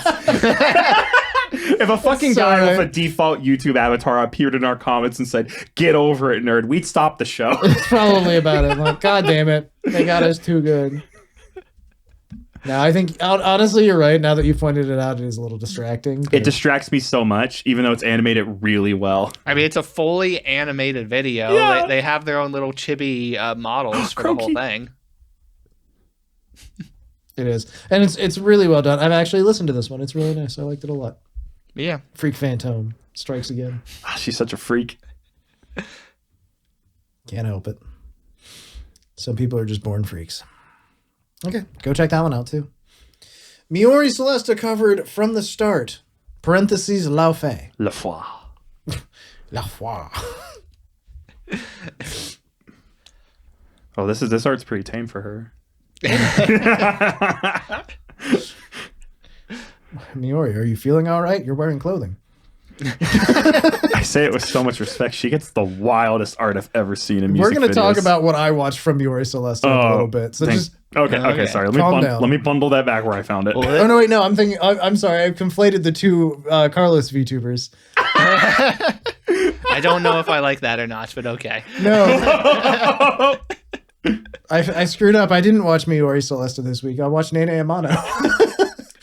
Carlos, come on. It's such an easy mistake to make. So how was this song, Carlos? Well, it's another fantastic cover. She's such really a good singer. She's so goddamn good at singing. And this is actually I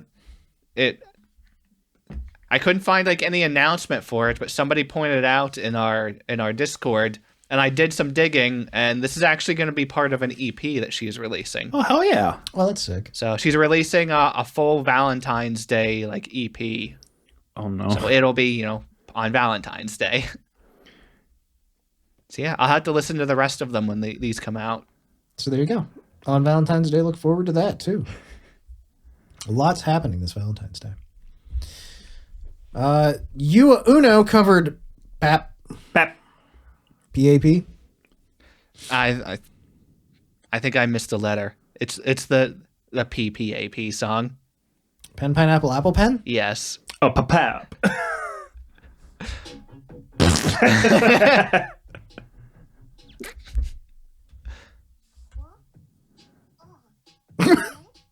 Yep, that's it. That's the song. But she gets ADHD'd. It's not. It's a meme. It's already a meme song to begin with. But Okay, I fucking see the joke now, and it's phenomenal. She's constantly like, I have a... Where'd it go? She like runs off the side of the screen. When she comes back, she's like, Apple.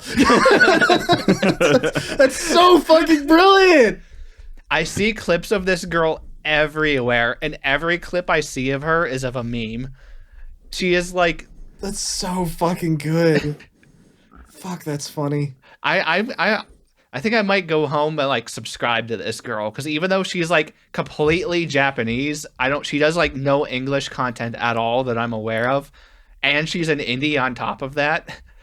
But man, every time I ever see clips of her, she's always hilarious. I don't even know what she does or why she does it. I know she has a tongue ring, and that's pretty unusual, but pretty cool, especially for a Japanese VTuber. But I like it. Let's go. Yeah. Japanese girls wrong English study GTA 5. That's all. That has never gone badly before. That can only go well.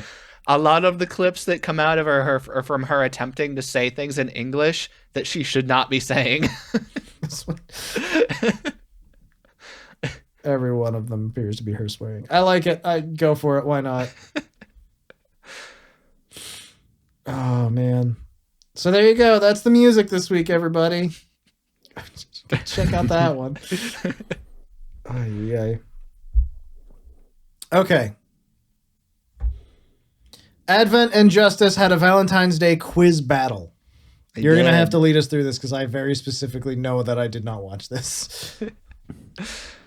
Well, it was a versus event for them. They're going against each other in the ultimate battle of the quizzes. First thing I noticed, everybody gets up on screen. Looking at the pictures of everyone. Shiori's picture is just of her creepy eyeball-looking thing. She brought him. Yours? Oh, God, yeah, she is just fucking showing the little mascot for a bit. Oh, yeah. That is so Shiori. Is it? Eventually, she shrinks it, puts her model up on screen, and it just sits on top of her for the entire stream. Yeah, that's her little buddy. That's us. I see. That's the Novelites. The creatures. Yeah, they go talk to each other for a little bit, and they're like, all right, everybody, pick somebody. Who would you take on a Valentine's Day date? They all made them pick each other. Yes, Spider Chama. Who would you take? That one. That one? Crony. Crony. She looks very amused. You sure, man? You sure? Yeah, I don't think either one of us would enjoy it. I think they would basically be like, you want to go play Minecraft? Yeah, all right. Sick. Order some tacos. Yeah. All right. Just no romantic overtones whatsoever. Okay, you go in that room. I'll stay here. Yeah. Just high five at the end of the night. So who did they answer? Yeah. So I mean, they all had to pick somebody, but just for some highlights, When I'm Narissa. Narissa was very upset because nobody picked her. Oh no! Oh boy. I think some of them were like, okay, obviously Narissa, but actually. Oh my! So this was just Advent and Justice. They were just messing around. Yeah, they messed around. Of what European country is the Wall of Love? I've never heard of the fucking Wall. France, I'm gonna say. Yeah, it's in Paris. Fuck you. So this Paris. So how this quiz worked? Oh, I see. They would ask the question. They had the answer up above. Frack. They had the answer up above, but then they would put them down below in a row with a blank box in front of them, and they would fill in whatever letters at the top to help them figure it out. And also, the answers were too long sometimes, and there was just not enough people to fill in all the letters. So each person had to fill in one letter so that in a row it would spell out the word for the answer, which means they would have to basically play charades with each other to get across what the answer was to the other people so that they would all pick the correct letter to fill in the answer. It's very complicated, is what you're telling me. It is a little bit complicated, and Mokuko immediately messed the first one up because she didn't get the letter order correctly and picked the wrong letter. I see. Well, yeah, the questions started off not too hard, especially if you're from Europe. But the questions got progressively much harder. They really had to brainstorm some of them. And I think one of them, in what year was the first Valentine's letter sent? And they're like, I don't know. Let's just spell out whatever letters we feel like. And they just wrote boob. Boob. I don't know. Me when boob. excellent. I love the year boob. Man, I guess that's 8,008. Yeah. The year is boob.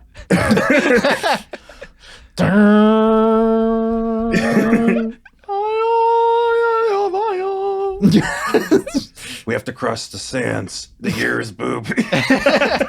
Oh, I was going for more of like a like 2049 Cyberpunk. cyberpunk. Yeah. Hey, happy boob year. Shut up. I need to go get some credits, Chum. Wrong cyberpunk. I don't give a Blade fuck. Runner. Blade Runner is what I was. More like a looking boob for. runner.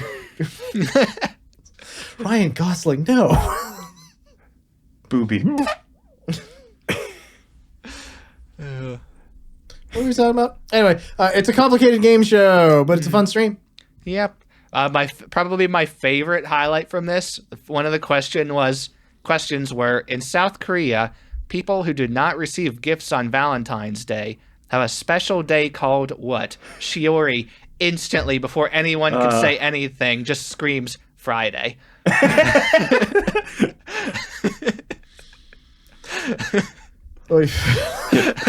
Why does she have no brain? She's like a dumb goth golden retriever. You've put the idea of goth Bunny Barkswell in my head. Bow bow. Thank you. Yeah, it's such a good stream. I highly recommend it. But most importantly, there's merch. There is. There is merchandise. As the Valentine's Day stream, they have Valentine's Day merch. We can go over this nice and quick. The Advent versus Justice Valentine's Day special. There is the acrylic stand 9 types for each of the talents. It features the girls with very unique chibi art, drawn in a very heavy style. It pops out. It's very cute. Very comic style. There are also stickers with a holographic finish of the exact same art. 9 types. There is also random button badge for random merch. 1 out of 9 designs will be chosen at random. Tee. There's also the stackable HoloLive English Advent mug. And there's also the Justice variant with the same art but on a snackable mug. You can get one of each and stack them. There's also rubber coasters that glow in the dark. There's also an Advent and Justice shirt. One size fits all, motherfucker. $35 for those shirts. You know, glow-in-the-dark coasters are Good idea. actually a pretty ingenious idea. Actually, a pretty good idea. The coasters are $7. Stackable mugs are $15. The random button is $4. The stickers are $4 each. And the acrylic stand is $9 each. Buy now, buy now, buy now. You should maybe buy like one thing or two. Now. Do it now. No. Now. No. Oh, no. Okay, so there you go. There's their big collaboration. Since we moved the next thing to a different category, I'm going to move the other category thing into this now. I watched 12 hours of ASMR. You like it? No. I love it. Oh. It was really good. This was the ASMR Relay hosted by Sarah Luceria of Globy. That's not how you say her name. It's Luceria or something. I don't know. Either way, Sarah did it. And Kana from Pixel Link, Kana Yanagi. Mm-hmm. So each member of this stream got an hour to do ASMR. They could pretty much do whatever they wanted, it seemed. So it went in the order of Kana Yanagi, and then Bonnie Barkswell, and then Alias Anono, Pillow Deer, Mona Monet, Akugaki Koa, Daya Fortuna, Reina Ronrania, Rocky Kazuki, Cersei Soulstorm, Nene Yamano, and then Sarah, whose name I'm not going to try to pronounce anymore. Rocky couldn't make it, substituted by Miwa Peito. Yeah. So they stepped in for her. Yeah. And then Akugaki Koa couldn't make it and was substituted in by Strawny Cuddles. I was going to say, I know I saw Strawny. I know I listened to an hour of her. Yep. Okay. So 2 substitutions. There you go. All of them did great except for the one that didn't. You know who you are. You got to throw them a curveball now and again. They, keep them humble. No, all of them were fantastic. This was a really wonderful relay. I switched out a few different times to go do some other stuff because I did actually have some things I needed to do with my Saturday. But for the most part, I did actually listen to ASMR for very nearly 12 hours straight. I'm very normal.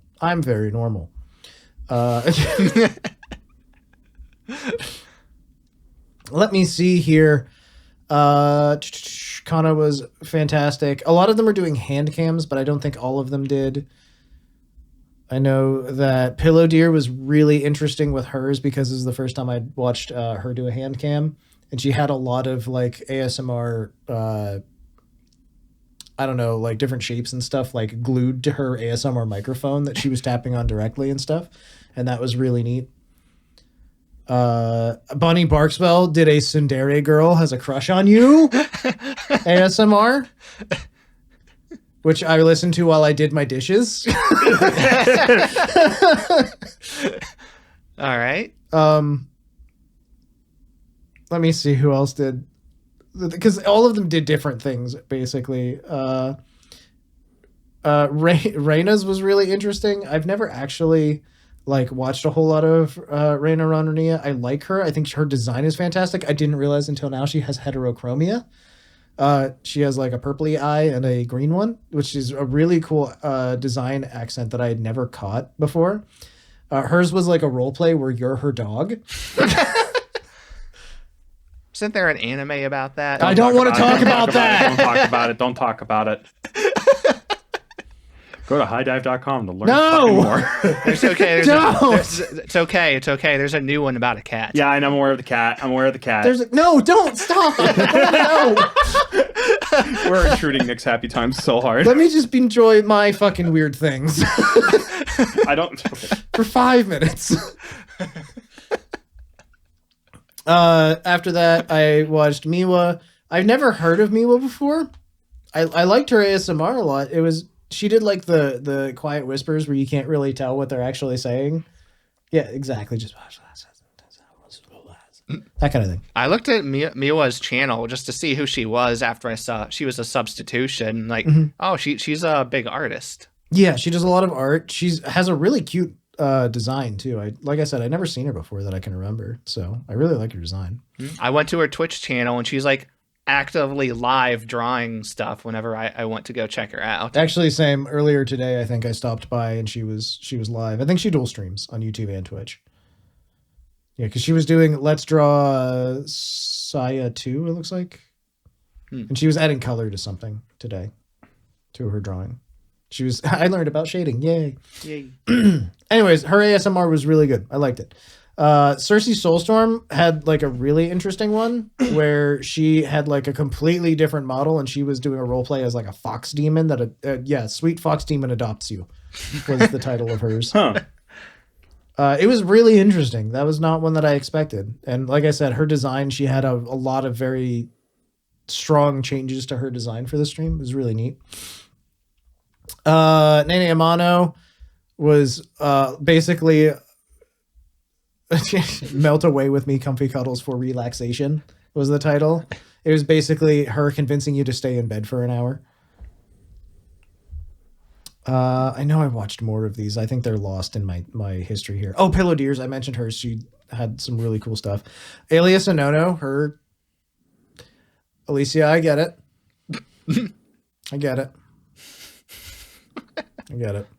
Her ASMR was really, really good. I have to tune into hers in small doses. It's intense.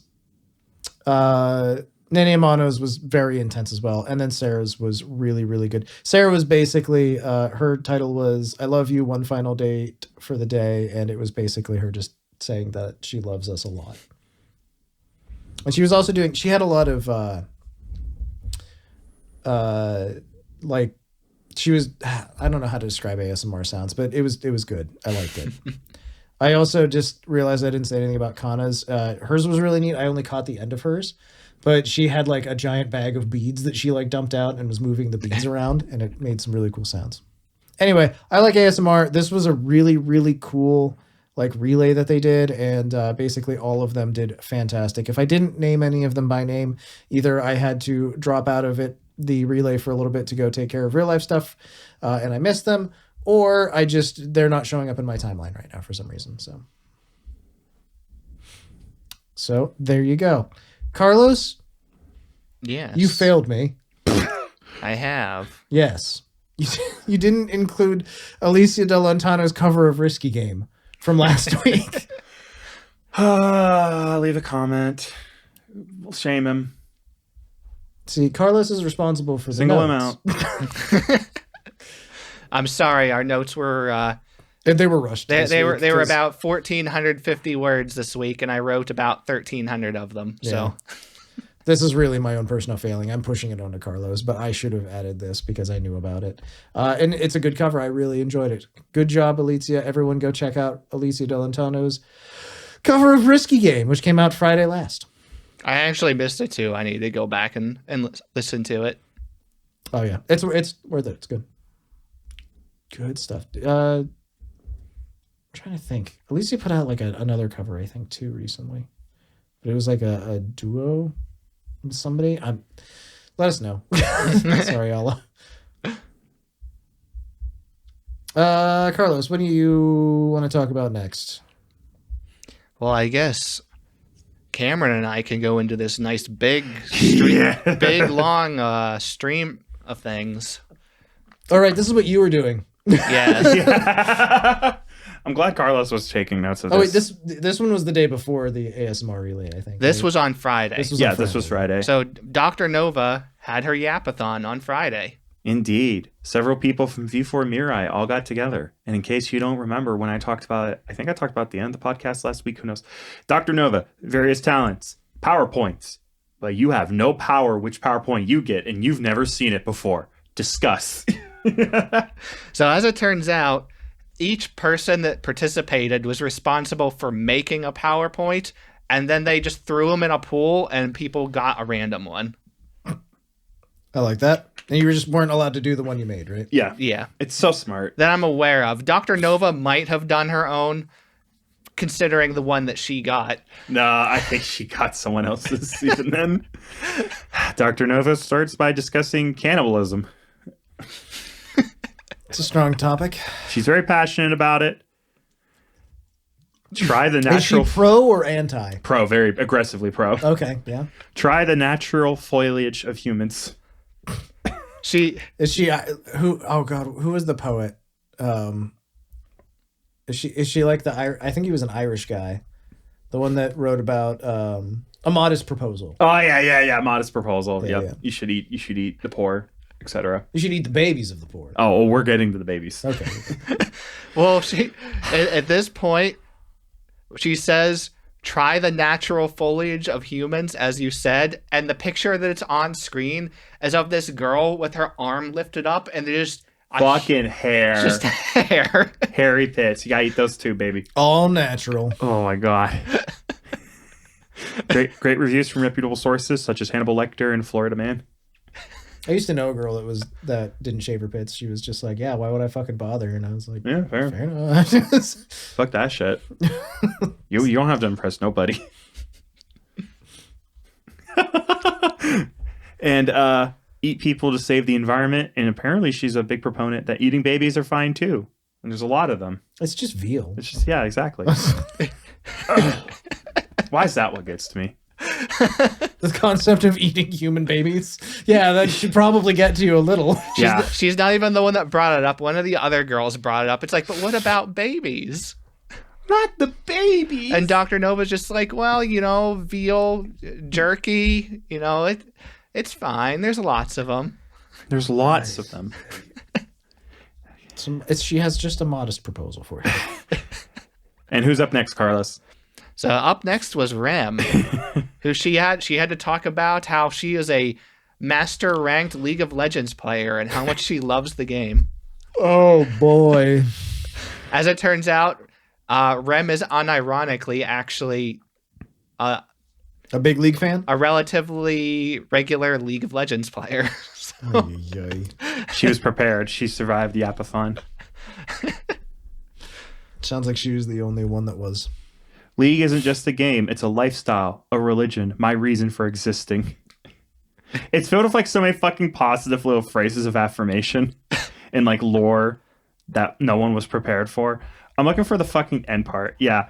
The greatest community ever. A wholesome and uplifting group of players who are always complimenting your skills, encouraging you after you make mistakes by spamming question mark, question mark, question mark to encourage you to try again.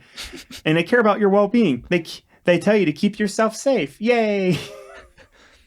So next time you see somebody type KYS in chat, just keep yourself safe. Keep yourself safe and spam it back. You need to let them know. And of course, the PowerPoint then has her have a Q&A at the end where people can ask her who her main is, what role does she play, and what are her thoughts on the champion Yumi, who is a controversial healer at it in the middle of the game. Yumi, which she informed people that, yes, she is mildly annoyed by Yumi the Witch, the League of Legends character, and not, Yumi the Witch, their fellow gen mate. I do like the idea of reformulating what an abbreviation means too, because I've seen a lot of people reassociate KS to instead of being kill stolen to kill secured. That's one of my personal favorites. But keep yourself safe is definitely up there. I do want to say that's really good as well. Yeah, and then they ask chat, just start spamming it in chat, guys. You have to. Nothing bad will happen, I promise you. Funnily enough, their manager was one of the people participating and was here for it. No, it's your job not to. Proud. Ay. Yeah. Great presentation. Also, never forget about the gamer dance. Like on top of the head? Yeah. Okay. So I had to sell my Apple AirPod, the really heavy ones. Following that, we have Pomapan, who is talking about how dolphins are not assholes. I'm not going to lie. For some reason, this was the one I paid the least attention to. But I don't know, this one dolphin ruined it. That's Greg. Fucking Greg. I don't know. I just like this anecdotal. Just fucking these dolphin pictures crossed out. Oh my God, this is a fucking PowerPoint. The kidnap. Not anecdotal, but dolphins are as diverse as you and I. The spinner dolphin, Riso's dolphin, orca. Me when I spread misinformation. Reese's peanut butter dolphin. She said it's okay, though. She ate Greg. He's no longer around. Oh, thank goodness. Oh, that's just like the babies. It's good. Eating solves so many problems. People can do good things. She is a hyena, so I mean... People can also do bad things. Is all of humanity bad? Take a moment to discuss. Kind of. All of humanity is capable of bad. Well, they were comparing them, and she's like, "Oh, okay, you guys. Well, if you're so smart, name one good thing humans have done immediately. Cannibalism. League of Legends. Die." Quick. That's dolphin for thank you. I learned that watching this stream. That's good. I'm proud of you for expanding your horizons. It's a shame Duolingo Owl is dead now. Rest in peace. All right, next up, we have Serena Maiko, who covered Royal Rumble Indianapolis. How did I miss this? I sent screenshots. I started a thread. You started a thread on our fucking Discord and kept talking about it. I don't even know what I was doing then. I think I was editing a video or something. I don't remember. I won't lie. I mostly started that thread just that way most people knew it was happening. I was representing this stream as much as I could. The Indianapolis one was really good. It was so high effort. The PowerPoint's incredible. Like, just watch this one. It's 20 minutes. 100% Alias is the one that did this. She's the big wrestling fan. Also, I actually watched this event.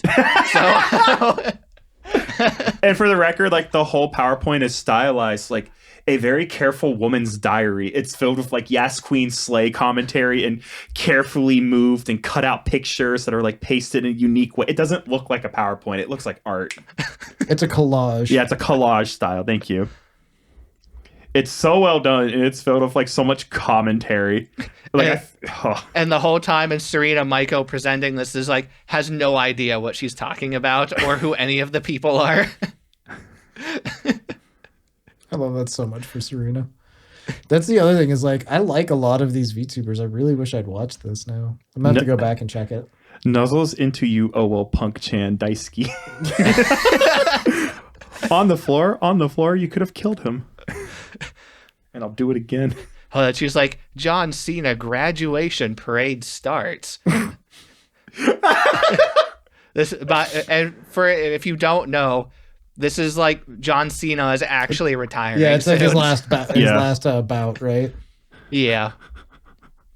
It's amazing. John Cena has graduated. Ripperonis, my dude. All right, so starting now is where unfortunately I tuned out. I don't remember what happened, but my Friday became not about VTubers for a little bit. So, Well, next up was What was I doing on Friday? I don't remember. keep going. I want to hear about Carlos. next up was Alias Anono, who did History of the Internet. According to YouTube, I have watched this. Never mind. Keep going though. PowerPoint done by Rem. Oh no, I know this fucking video. I think this might have been the best one, only because of how ridiculous the PowerPoint was. So up until now, the PowerPoints have been helpful and filled with information. This PowerPoint just fucking left her for dead.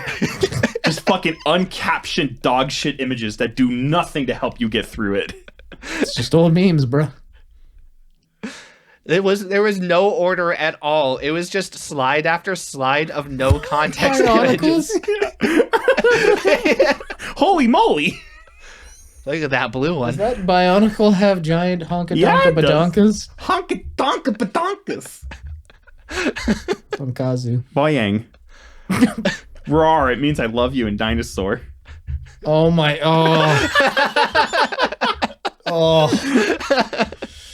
Hot topic. Oh. Look at that penguin. You know Look at that exactly penguino. what's going on there, right? Is that that's not Kazaa, is it? Women hate how little it takes for a man to be happy. Ohio. I gotta watch this. This Yeah. looks too amazing. It is slide after slide of just the biggest brain rot memes imaginable with no context. I love it. I'm so in. We're so back. Why is everyone silent about this? Oh yeah, and then there's that slide that Carlos included in the news. Personal life, addiction, racism, death. Strong Wikipedia entries. Good lord. All right, now we had two more. We had Yumi the Witch, whose topic was, do milkshakes really bring the boys to the yard? That's a good question. I don't think I've seen this in. Better than yours. Teach me, but I'd have to charge. Oh. It was a slideshow full of random stock images of happy people and milkshakes. I guess that does bring boys to the yard. The One of- boys, the girls, all Damn. people, really. One of Envies? One of the pictures that mildly upset all of them, because it was a stock picture of a guy playing with his dog, but in one hand the guy was holding a frisbee, and in the other hand he was holding a taser. Oh, Anatomy of a Boy. Oh, shit, it's what that boy. Fuck, I haven't seen that boy in forever. I love that boy so genuinely. God, that boy. Oh, there's even the cat. Here comes the boy. Oh, Lord, he coming. Why boys? Why in the yard? Bruh. Why must we bring the boys to the yard? You'd think as boys we'd be able to organize a better structure. Perhaps some sort of permanent place, a third place where the boys can be. And with the milkshakes we can bring them. Oh wait, lactose intolerance? No lactose intolerance? We can have non-dairy milkshakes that bring the boys to the yard. Brings the soy boys to the yard. You have to go back to that picture real quick. You weren't done with it. What do you mean I wasn't done with it? All right. So Yumi had to explain the left picture actually means if you're lactose intolerant, it means you turn into a lesbian. Do we have a time frame for this? No. It could happen any day, Nick. So wait, am I gonna what am I turning into, a lesbian? Yeah, lesbian. Yes. Shit. If only all of the women I like on the internet were gay. Oh, wait. They are. If anything, that improves my chances of success in life, I think. Well, thank you for the very informative lessons, Yumi. Thank you, Yumi. I learned so much. Well, the very last one that they had to do by their manager, V-Sensei, was all birds are government surveillance devices. I mean, that's just true. I don't know what to tell you. All birds died in 1986. Why that year? It's when the government killed them to replace them with drones. Pay attention. She prevented us all with the deep question, have you ever actually seen a baby pigeon before? No, but I've seen a baby crow. They're really cute. Have you seen a baby crow? I'll show you a picture of a baby crow. So you can be bought and sold, Nick. How much did they pay you? Look at the baby crow. Look at it. It's so fuzzy. Oh, it's so fuzzy. So fuzzy. I'm falling for it. They're little like little sit balls from the Ghibli films. Oh, yeah. Anyway, they're not real though. They're drones. They're all drones. After all, some of them can talk. That's very suspicious. Very suspicious. Ravens, parrots, etc. How many examples do you want?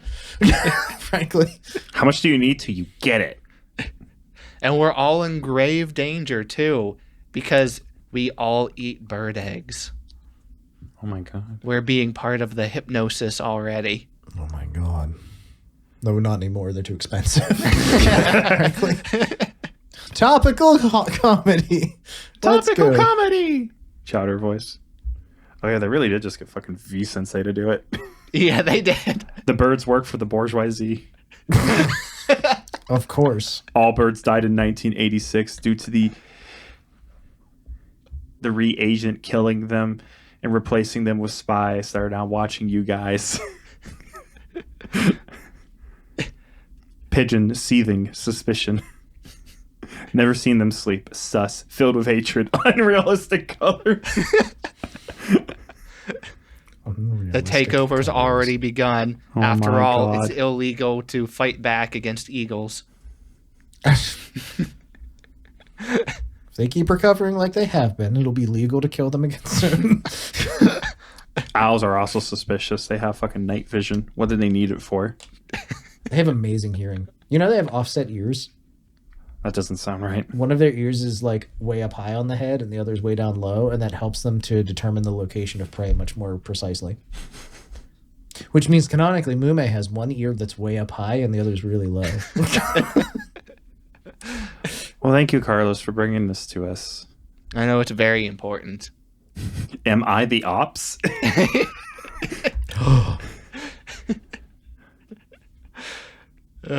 Yeah. So yeah, highly recommend it. Extremely recommend it. We have not ruined anything. The Yapathon was pretty great. They're all 20 minutes each, and that's including like 3 to 5 minutes of just their intro loading screen. So it's actually pretty short to watch, even just a few of them. Oh yeah. Go watch them now. Do it now. Do it now. Now. And then watch Mint's Jazzy Karaoke, Let's go. where she wears a cardboard dress. I saw the cardboard dress. We all saw the cardboard dress, Cameron. You can't avoid the cardboard dress. She thought she had us fooled. She didn't even fucking start fooling us. If only she, had even looked a little bit to have seen that it wasn't quite big enough to actually go the whole way around her model. We saw so many hips. They did not lie. Yeah. Oops, I believe is the answer to that. But just in general. It was a wonderful karaoke. Oh, it is a great. Mint has a karaoke. great voice. She's fantastic. She's a wonderful singer. I just love how the big takeaway of it is now all of the memes and fan arts coming from people making fan art of her wearing a nice, wonderful red dress that only covers her front Yep. and nothing else. A lot of Minto booty going around. A lot of it. Twitter is awash with Minto butt. It's not really that different from a normal day, I guess, frankly. It's just a different setup than usual. Have you guys watched any of the Hololive Minecraft server? Not even a little bit. Not even a second. Wow, really? Holy shit. It's all I've seen this week. I saw a tiny bit to see that Polka did a handful of streams where it was literally just she turned her stream on with a still camera in the middle of their main town. Yes. And that was she was it. CCTV. Yeah. That's all she did was sit there and stare, which was great because at one point Bibu wandered up and it was like in like very slow Japanese was like now I will eat watermelon for the first time. And then she ate watermelon and was like, thank you. And then walked away. She walked like 5 feet away to where there were a bunch of pillagers that were like glitched and not moving. And they looked like they were trying to attack Polka, but they weren't moving at all or doing anything. And so there was just like 6 of them and they were standing there going, ha, ha, ha. And so Bibu walked over next to them and just started going, ha. But she was still within range of Polka, so Polka could, like, it was coming through on Polka's stream, and Polka's just fucking dying. Like, she's muted, and, like, her opacity's at, like, 10% in the corner. She looks like a little ghost, because she's, like, working on stuff. That's why she was being CCTV, because she was doing work and was muted while she was just standing there in Minecraft. And so, like, every time Bibu comes up and does anything, she's just fucking dying laughing. How does this have 250,000 views? I don't know. And so that was like that whole experience. Today, Cece did a collaboration stream with Toki no Sora for 4.5 hours. Cece doesn't speak Japanese, and Sora speaks a little English. I've already seen clips of them like being an hour away from where their home base is or whatever, and then Cece's just like, Sora, I'm lost. Because so far, Cece has been homeless and lost the entire time. This has been great content because it's a lot of Japanese members and English members and Indonesian members all mixing together because they're all in the same Minecraft server and they all have location voice. It's an SMP server. Yeah. So you'll get things like Raora popping out of the water next to Korone and going, "Row!" And then Korone screaming and running away and then being like, "You scared the crap out of me." And then, or you'll have Bibu, who has been playing like basically Minecraft for 24 hours a day for the past week, who is just like delivering people pandas now. She's just like, "Korone, here's a panda." And Korone's like, "What?"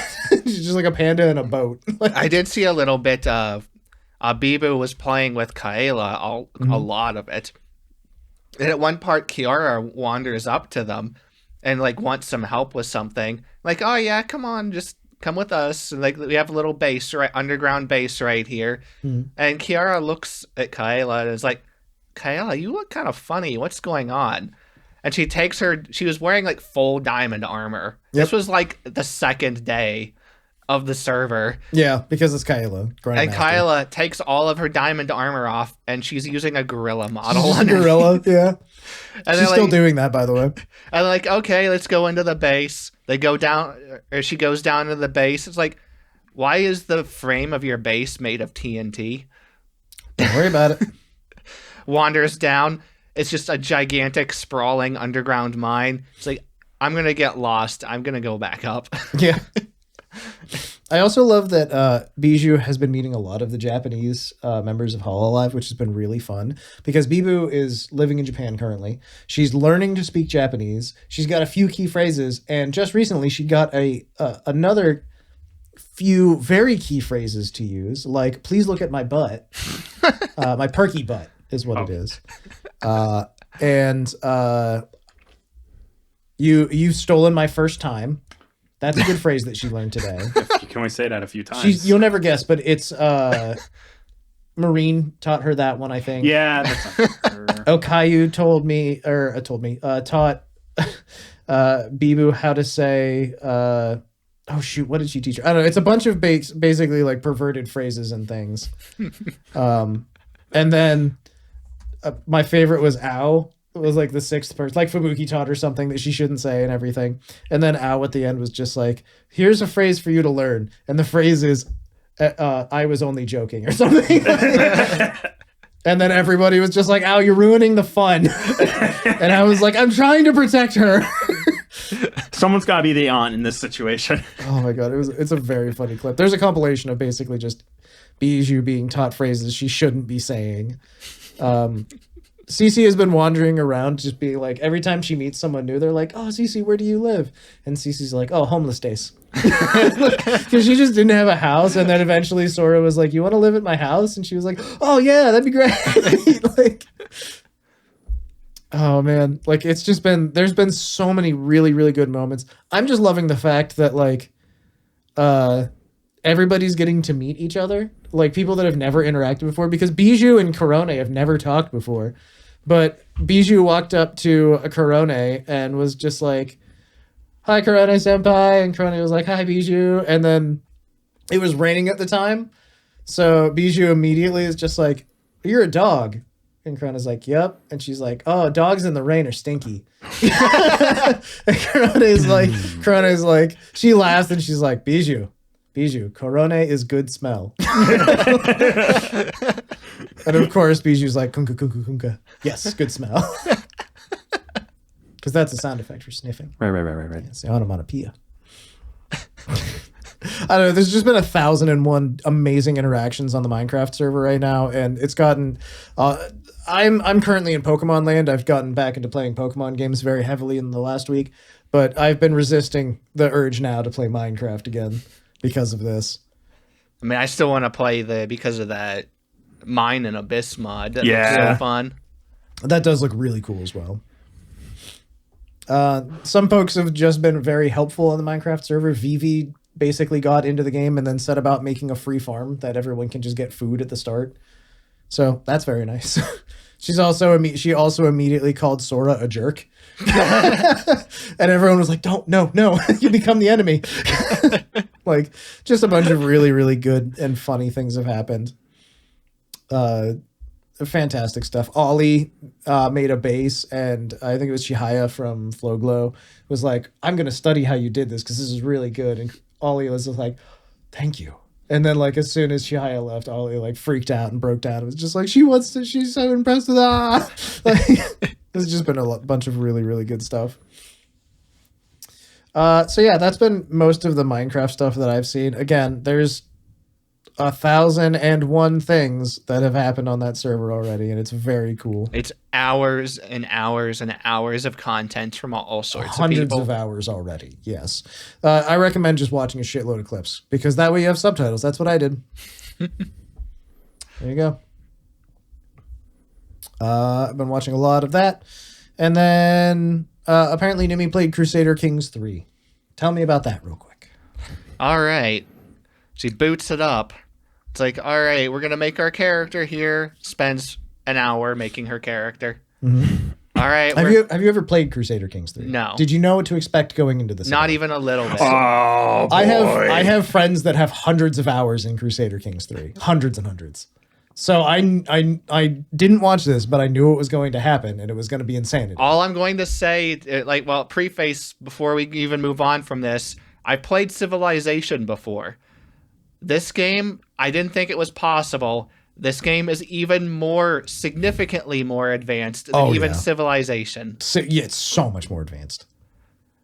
But, man, and this was like the perfect game for her too, because like half the game revolves around you getting married and having children. Yes. You have to secure the line. Yeah, this is a game about progeny and management of kingdoms, basically.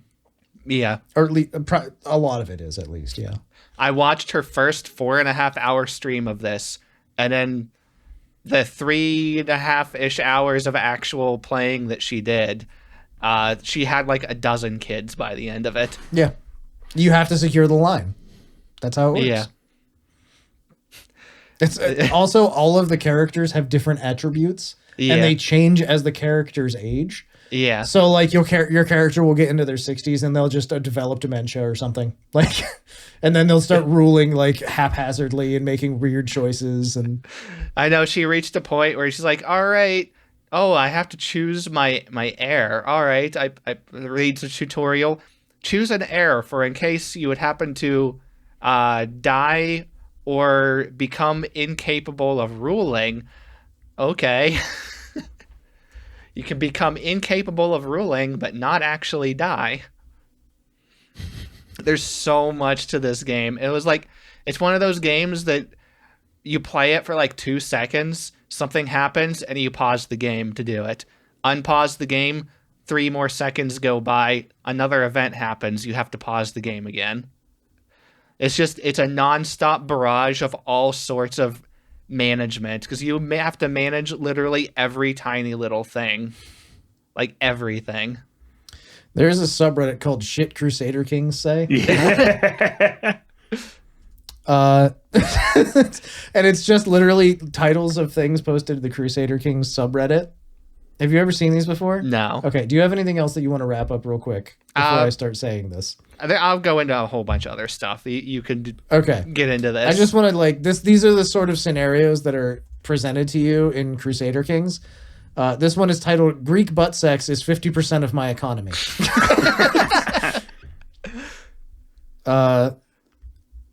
What else do we have? I can't read that one out loud. What are the cons and pros of impregnating your daughter? Is a question asked because you can inbreed your familial line in this game. Well, as Nimi found out when she was starting her character, it's like, all right, you have to first pick your spouse. All right, pick your spouse. Oh, this is just like Tinder. You can sort by, by relevancy, by price. It's like by age. Scrolls down. There are children here. It's like, okay. This game is very realistic to 14th century ruling. And then she's like, oh, okay, there's a sort by age button. Click sort by age. All the children go to the top. No, not by that. This one's, can my wife's boyfriend get her pregnant from prison? Question mark. There's just a lot of things in this game that are a little insane. There's actually traits that you can only get for your characters by inbreeding them. And if you selectively inbreed, you can actually make like super advantageous rulers for your country and stuff. Well, I saw there's 3 skill trees. The schemer skill tree, the torturer, or the seducer. Yep. Fauna immediately looked at the seducer. The very first perk in it is just plus 30% fertility. There you go. Is it not possible to blackmail children? Babies should die more often. Babies should die more often is definitely one. Fauna how do you successfully incest? Is a question. Kidnapping a child is so satisfying. Well, Nimi found that out the hard way. She got blackmailed by a child. Yep. Should I marry my inbred children with bad genetics off to rival families to wage long-term biological warfare? Yes, and that is something that you can actually do in that game. I have a friend that played, and every time he got a character that he didn't want that was being too successful, he would give them a dukedom or like a fiefdom of their own, and then immediately basically just like declare war and kill them. There's like a loophole where if you assign them their own fiefdom and then you make them independent, then they're no longer a part of your kingdom, and you can just kill them. This game, it gets very intense and deep. It's really neat, actually, in some ways, but also it can be really fucked up. Yeah, it was incredibly advanced. There was so much stuff that you could do. This person's stats: half-sister, niece, cousin, wife, sister-in-law, queen, vassal, friend. Like, all in the same person. Well, at least they're friends. At least they're friends. That's what I mean. Crusader Kings is an actually insane video game. All right, close Your son, grandson, brother-in-law. Oh my god. Yeah, this game is nuts. I've listened to my friend like speak to himself out loud while playing this game, and I was like, if I was recording, you'd be in prison. Like, there's just horrific things. Oh man. Anyway, I'm glad that she enjoyed it. Like, that's good. Yeah. Yeah, Nimi has been having a crazy time playing this. I think she's already played it at least one more time. Yeah. For another like 5-hour long session. That's how these games go. If she gets to the point where she's actually finished a game, she'll have like 200 hours in it or something probably. Like, they go on forever. Oh man. Okay, so definitely go check that one out. That sounds like a good one. Eva Ananova did some karaoke. She did the Denny's Grand Slam 2025. What the fuck is up, Denny's? We talked about this last week because it was happening at the time. Yeah, you brought it up while it was live. I went back and actually listened to most of it. Did you enjoy? It was wonderful. That's good. I'm glad it was a good karaoke. Yep. And she's like, I don't know. She's always doing all kinds of like crazy music stuff in a lot of these streams. At one point, she started. She brought it up. It's like, hey, I wonder if I wonder if I can remember it, like the song that I made the other day. And she starts singing the song, and it was a song that she came up with on the spot in the middle of another music stream that she did a while ago. It was just something she came up with the lyrics and just sung it on the spot, like live on stream. No preparation at all. She just did it live right there. And then she remembered it and sung that song that she just from memory. Must have had a good in hook. the stream. That's all I can say. That's impressive that she did that, though. Yeah. Well, good for her. She also got a 5080 this week. Congrats. Congratulations. At MSRP from Newegg. And she did a stream about it where she crashed out. I recommend it. It was a fun stream. I popped in at the end and she called me John Super Chats. That's us, baby. That's us. In other VTuber we got recognized by this week news, Echo Mori, who we talked about last week, saw the episode. Hi, Echo. I don't know if you're watching again. I'm not upset if you're not. It is what it is. But yeah, that was a really fun moment for me. Again, she's an Oshi for me. I really like Echo a lot. Hi. I did not freak out. But I was very happy. It's good we bring this up, though, because we actually do need to issue a correction. It turns out she's not all that tall. Bro. Why? I'm just telling people what I hear. We can issue another correction next stream if you hear different. I might. I don't know. Like, we're going to need a primary source on this. We're going to have to send Wikipedia. John Wikipedia? Imagine you open window blind, van outside, Wikipedia mark on it. John Wikipedia, knock at door. You go, Wikipedia. He go, how tall? Sweating. Backing away. How tall? For real, though, how tall? We need to get this correct. So yeah, that was very cool. Thank you again for watching the episode, or as much as you did. We really appreciate it. Yep. And sicking your community on us. They're all very friendly. Again, I was already in the Discord, and I just had never revealed my presence nor advertised the podcast. Probably something to do with the rule in the subreddit that says don't advertise. Or the sorry, not subreddit, Discord. Which was great because somebody was just like, wow, they've been here this whole time and never advertised the podcast. I respect that. And I was like, it's against the rules. I wouldn't have advertised anyway because I'm very self-conscious sometimes. But we're just out here making a funny little show. Yeah.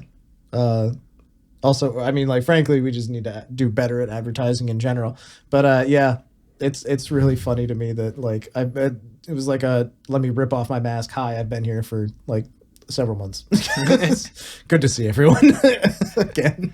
It's okay. I'm also surprisingly more places than any of you are aware because I stalk everything. I never comment on anything. But I am always there. Yep. There's a lot of I'm a member of a shocking number of VTuber Discords at this point now. Like there's quite a few of them that I'm on. I just don't bother changing my name on all of them. I think I've changed my name to who I actually am on like one Discord, and I'm pretty sure it was Alicia's on the Kiki Cord. Which, if you're a fan of her, go check out her public Discord, the Kiki Cord. But yeah, that was very cool. Big fan. And I'm also a big fan of everybody that watches this podcast. Thank you for watching. Thank you. We really appreciate it. Have you had a good week? Have you been getting enough sleep? Have you had some water today? Have you eaten something with fiber? That's very important, especially as you age. Thank you. It's very important. Make sure you get plenty of water. I definitely didn't just have a huge heaping pile of beer cheese for dinner. Never.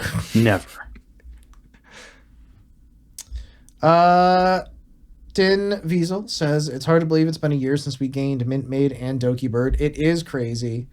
It's also crazy how much things have changed in general by then.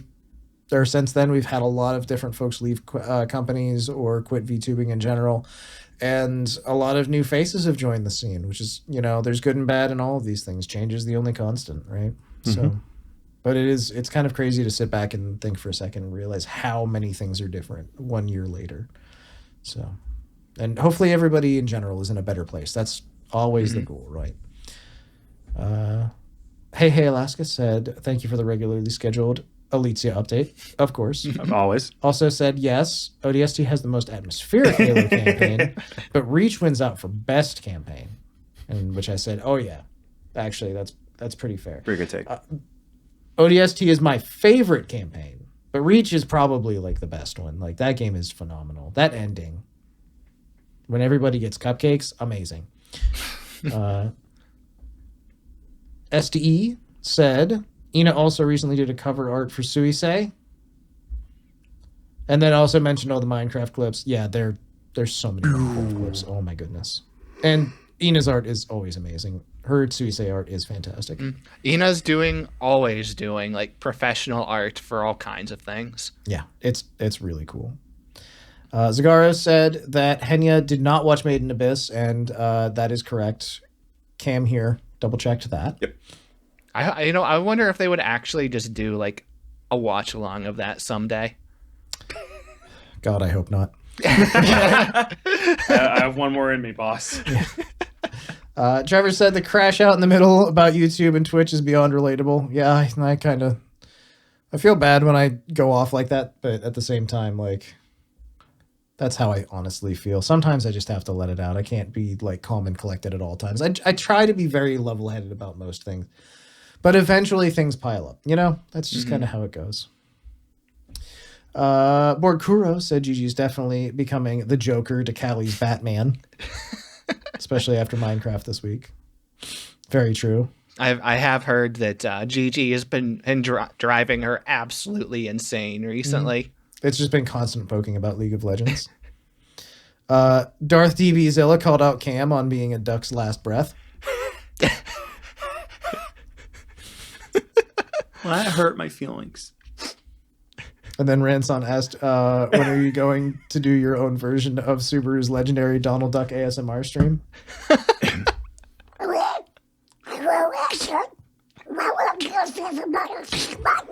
hate Donald Duck so much.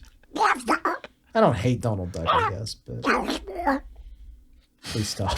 Okay. I was just giving them what they want. Comment, ask for thing, I do thing. Of course. I'll do whatever you guys want. Happy Valentine's Day. No, no one wants that. Ala said thank you for the episode and for covering news about her senpai, Pippa, who graduated, of course.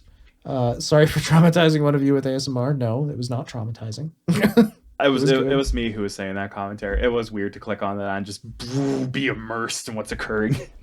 Oh, that's right. It was you. Yeah. I enjoyed my stay. It was just a lot for a random stream to click on. We're just in the middle of it. Bro, you can't click on ASMR and not expect ASMR. You gotta get on ramped. Like, here's the thing. ASMR streams are their own thing. In my opinion, like, I'm just sad that YouTube keeps bonking ASMR people on the head with a stick. Yeah, I saw one girl that she decided to try it on Twitch on YouTube for the first time this week. Immediately got in trouble for it. Yep.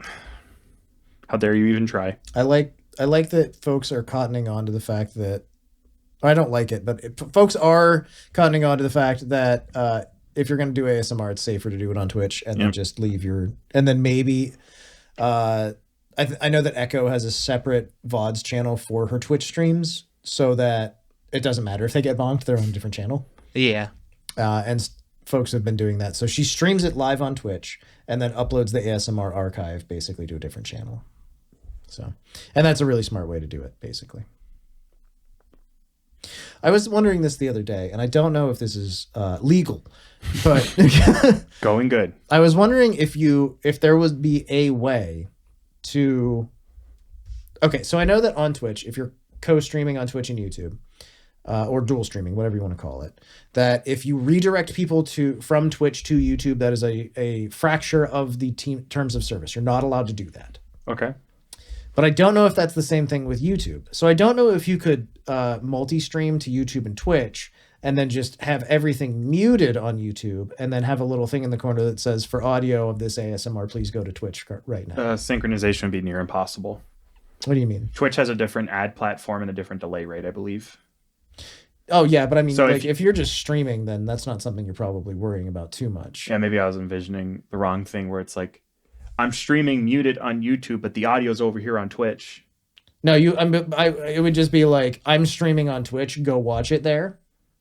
Yeah, I don't think YouTube would feel great about all you're hosting on their platform as a PNG that says go to Twitch. Probably not. I don't know if that's the thing. Is like, I don't know if that's against terms of service. There is strictly. a streamer I know who I think for a bit they would just do an announcement stream on YouTube for 4 seconds and say I'm live on Twitch right now.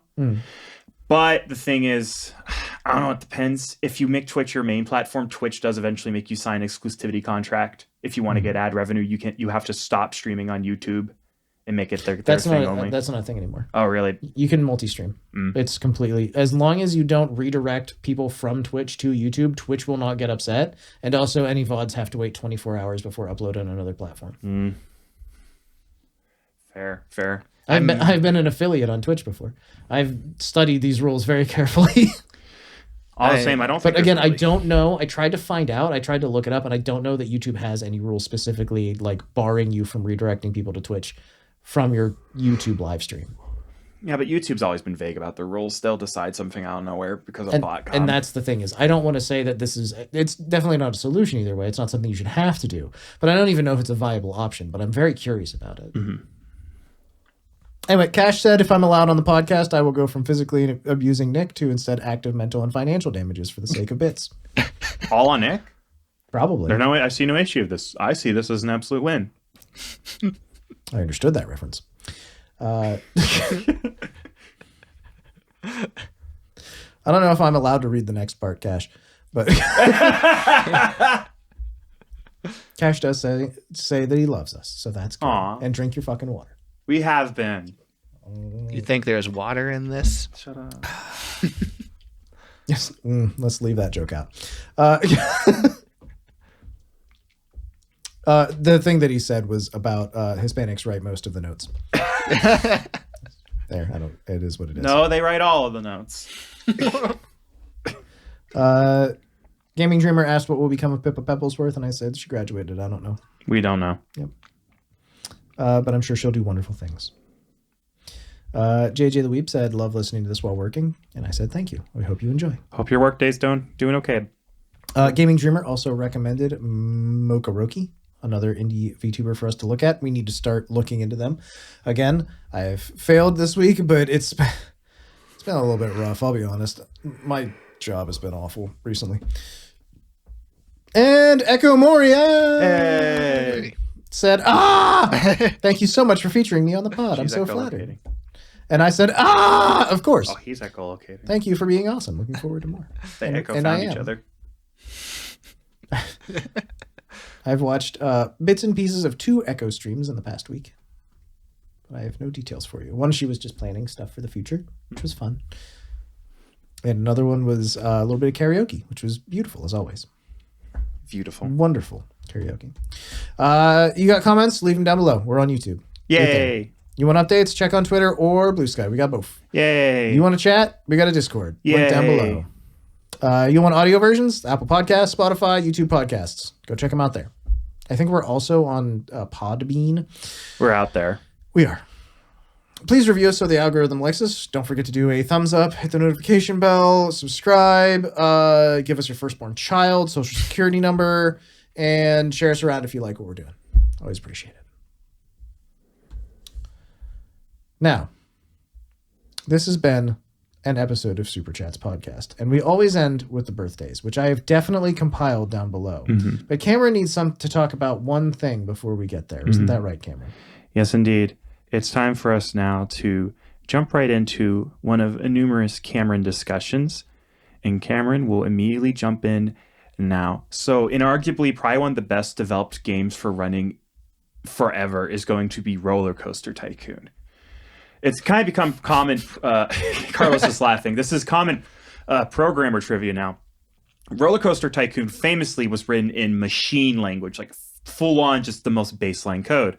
For those of you who don't know how programming languages work, is they have layers that go all the way down from as simplistic as possible, like HTML, to more difficult programming languages like C++, down to just what the machine understands, and then the zip zaps of electricity.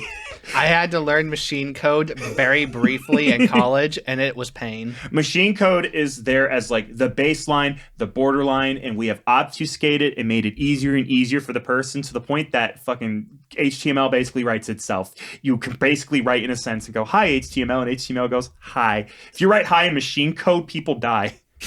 The program fails. Roller Coaster Tycoon 1 and 2 were programmed. Do you have it? Happy birthday on February 15th to Inami Yoki. I like Yoki. Don't make this a reoccurring segment. I'm trying not to. I'm so good at it, but don't. Happy birthday also on February 15th to Muna Hoshinova.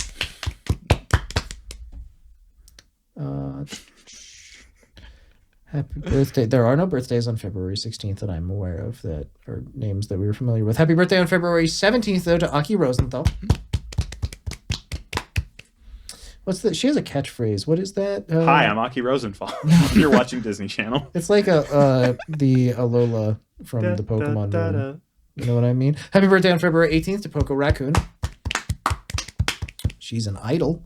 I referenced her earlier in the podcast. Did you catch that? Are you aware of the fact that I did that? I haven't caught her streams in a while. I really need to. Yeah, actually, I haven't caught anything from her. I think she's moved mostly to Twitch now. A lot of the idol girls have, as far as I'm aware. I think that's all the birthdays. So thank you for tuning in. Thank you for celebrating birthdays with us. And I hope you have a wonderful Valentine's Day for real. We'll see you next week. See ya. See ya. Hey, yo.